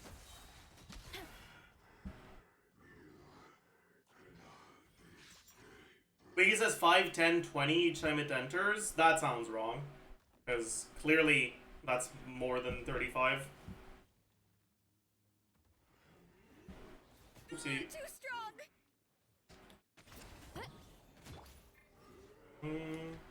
Drop your weapons.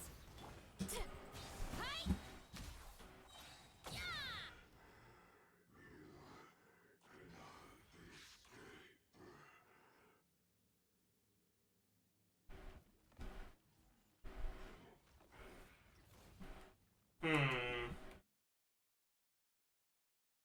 What's it called? Wilderness Hunter? Wilderness Hunter Genshin.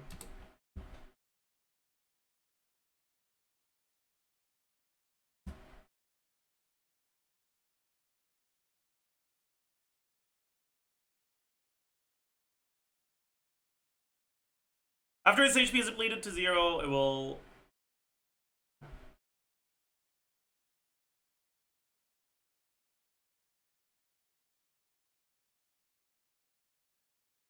Okay, so the wiki is wrong because those were not the thresholds that were happening here.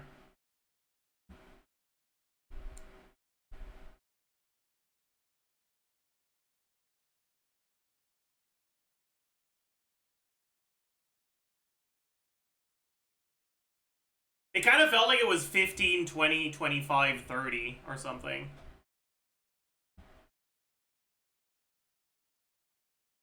Or maybe it just carries the excess damage, actually. I guess it could be that. I guess that's fair, then. I guess that makes sense.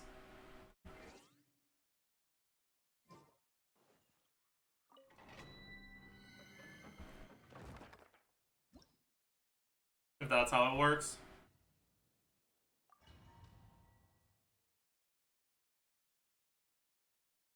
I'll test it, yeah. Yeah. Look out below. Pyroclastic surge. Stop right there. Quick as a flash. Hero incoming. There. So, like...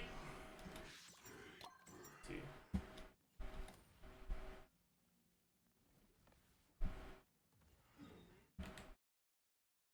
Let me open Paint.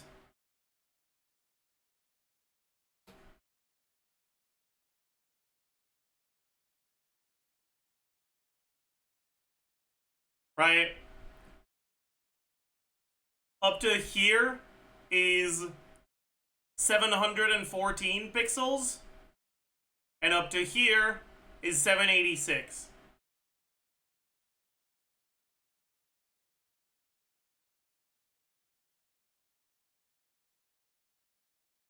So it's basically 10%. Heads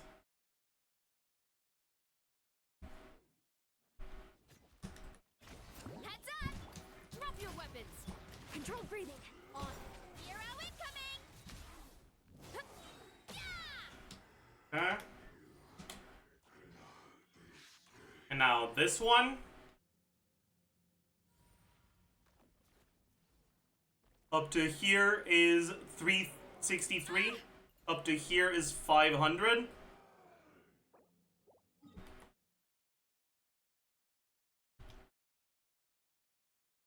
Alright, so it's basically... It's basically about 70, probably. Kinda.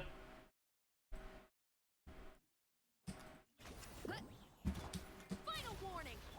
Quick as a flash! Charge! Yeah!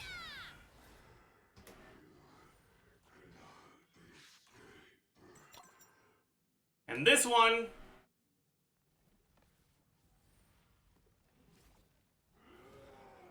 230 out of 500.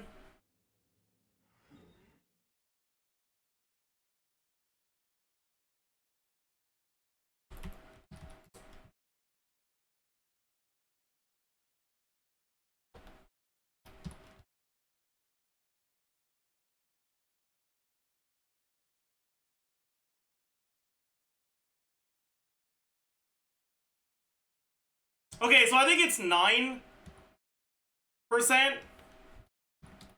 then 18%, then 27%, right? And the cumulative will be...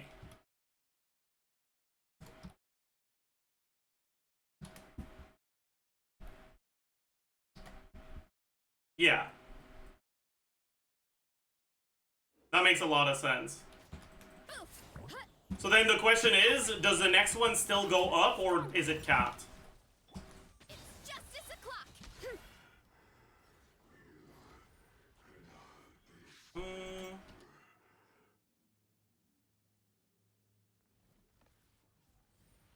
So 83 out of 682. Ow, ow, ow! I don't know why I did.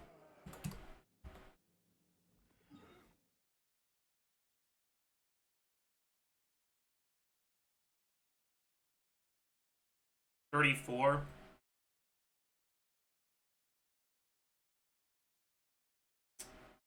Does that make sense? From 27? Not really.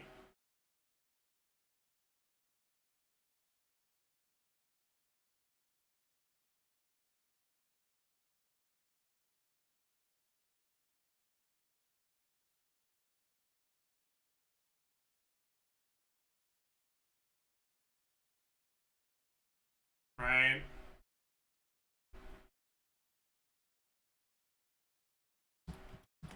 Because if it was plus 9%, it should be 36, not 34. But I guess it's around this much. But if it's 10, 18, 26, 34, it could be.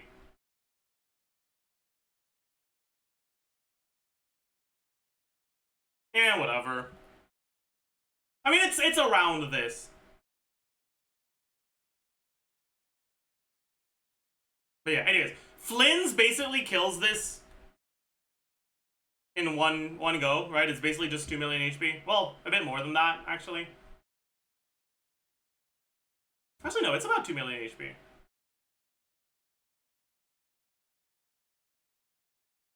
Because some of your damage doesn't get converted directly, but when you kill it, it also additionally loses max HP, so it's fine.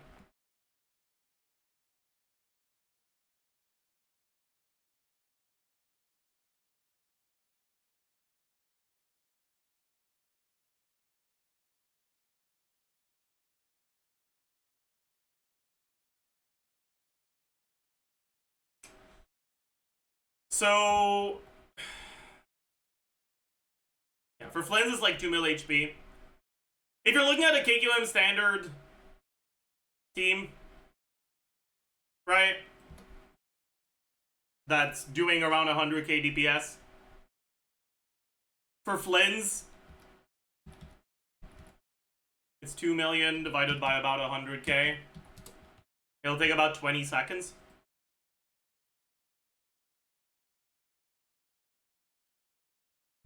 For like Varessa, at around 110k, the first skill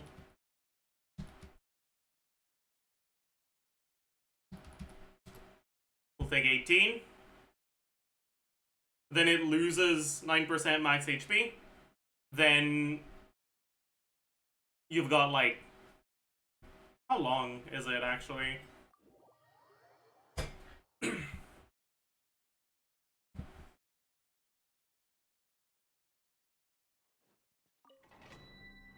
Is it 10 seconds actually? I want to double check.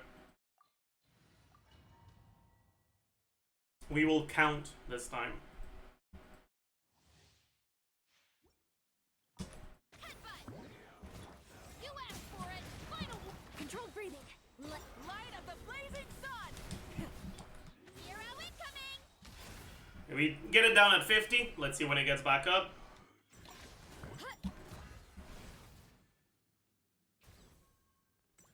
At 40. Okay, so it is actually 10 seconds. So then we have 10 seconds of DPS. So first down HP gonna be 2 million times 91%.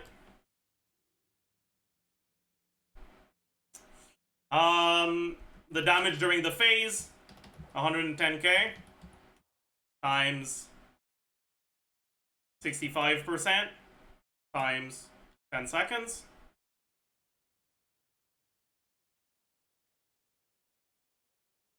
New HP will be this. Second down.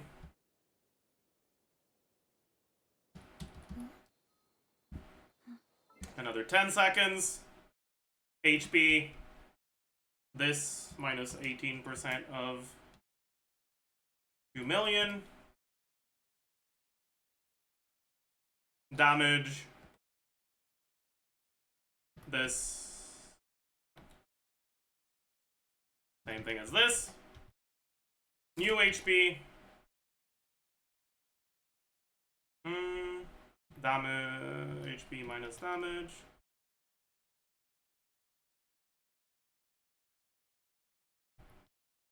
Third down slash kill is gonna be 10. No.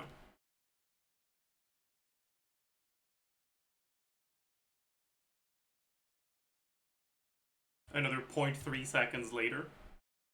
So your total amount of time is gonna be first down plus second down plus 20 seconds. So about 50 seconds.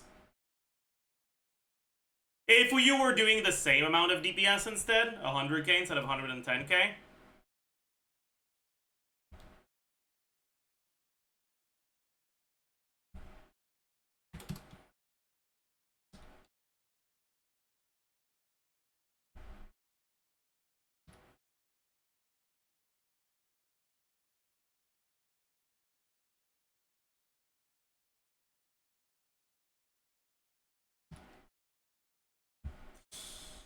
So, two characters with the same DPS, one of them in Ascendant Gleam, one of them not in Ascendant Gleam.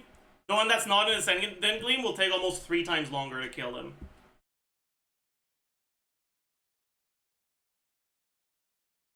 In other words,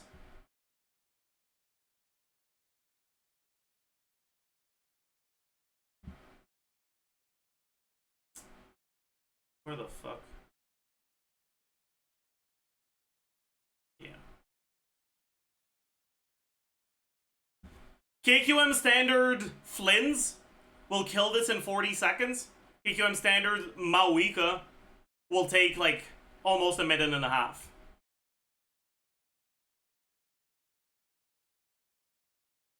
Ever so slightly chill. Ever so slightly chill. Just a little bit. Just a little bit. It is what it is. Yeah.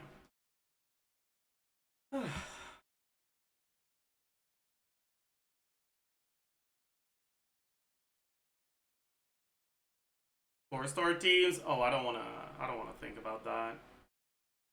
I'm gonna be honest, I don't think it's doable with 4-star only.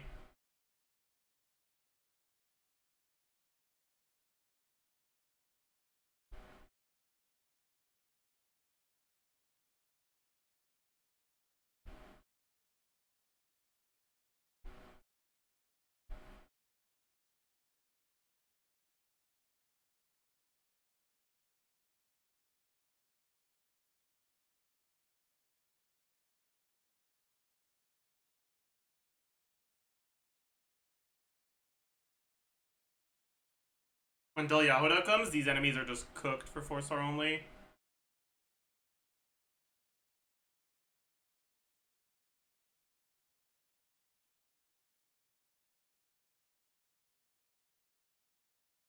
Maybe Gumming gets there. Actually. Plus, this is a lineup that's really good for Hyper Bloom, so it means no overlap. But Gumming is gonna struggle against this. Because he can't melt this.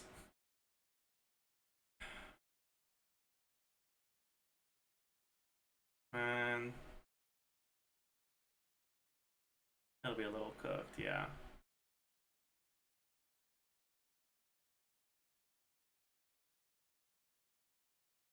Yeah, I guess when you don't have to deal with like grouping and like bad energy and shit like that, when the enemies are like very straightforward, Gumming is very strong. So maybe we get there anyways with 4-star only Gumming. Probably.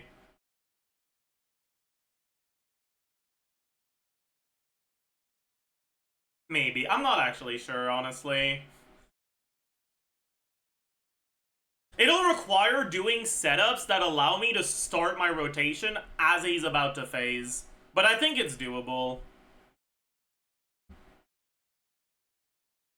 Because like, I basically need to get a full 10 seconds of hitting the enemy while it's down. With my good attacks.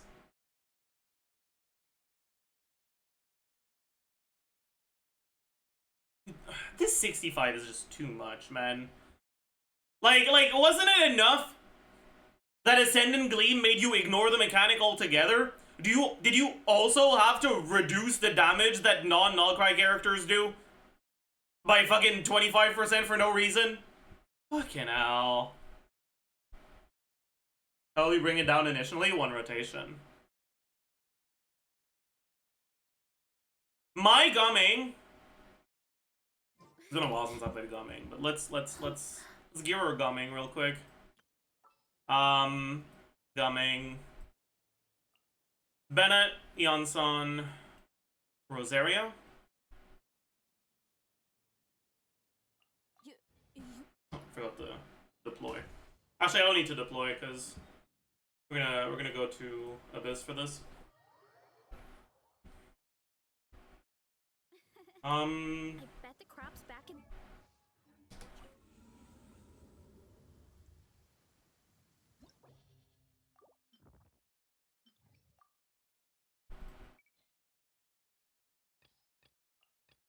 Okay.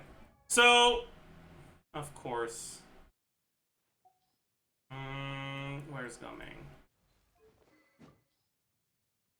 In this team, am I overcapped with Serpent Spine? Kind of. But I can't be bothered.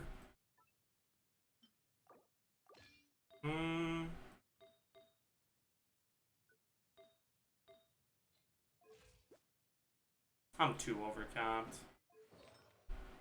Eh, whatever, I don't care. Bennett. Should be on Noblesse. Yeah. Eon-san. On Cinder City. And Rosaria.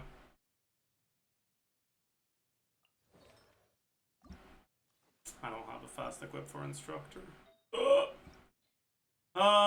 Instructor. Yup. Yup. Yup.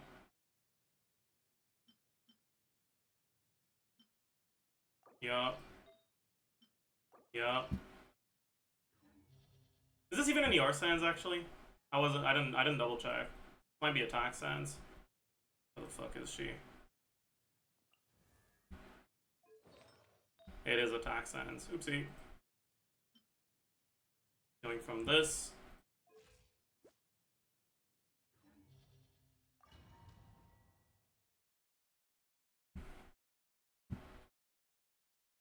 Yeah. Like, my Gumming first rotation plunges.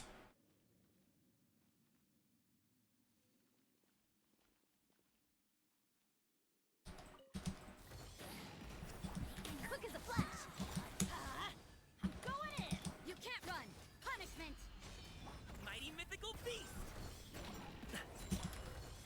Right, we're hitting for 300k on each plunge, right? Congratulations. So, going through the first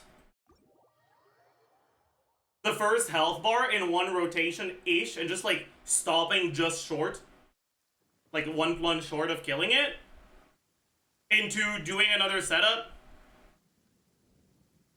and having a full second rotation on the first down, should be doable.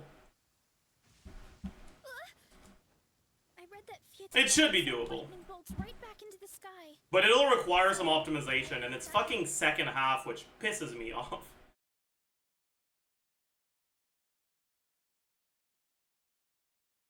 But at least, with Double Dendro Hyperbloom, this should be pretty quick.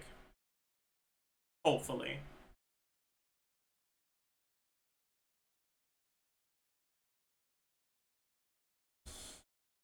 Anyways, I think that's gonna be it for today. Tomorrow's gonna be Abyss. We'll do a bunch of Abyss stuff. UGC is coming soon, so I might do some more UGC prep as well.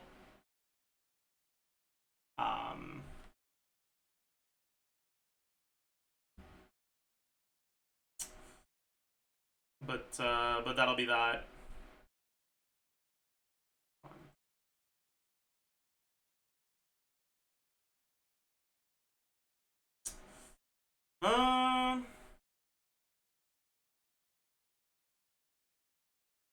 You opt not to do a comprehensive Nefer guide like you did with Flynn's? Yeah. I don't know. Maybe I'll change my mind and try to rush one out. If I feel like it. We'll see.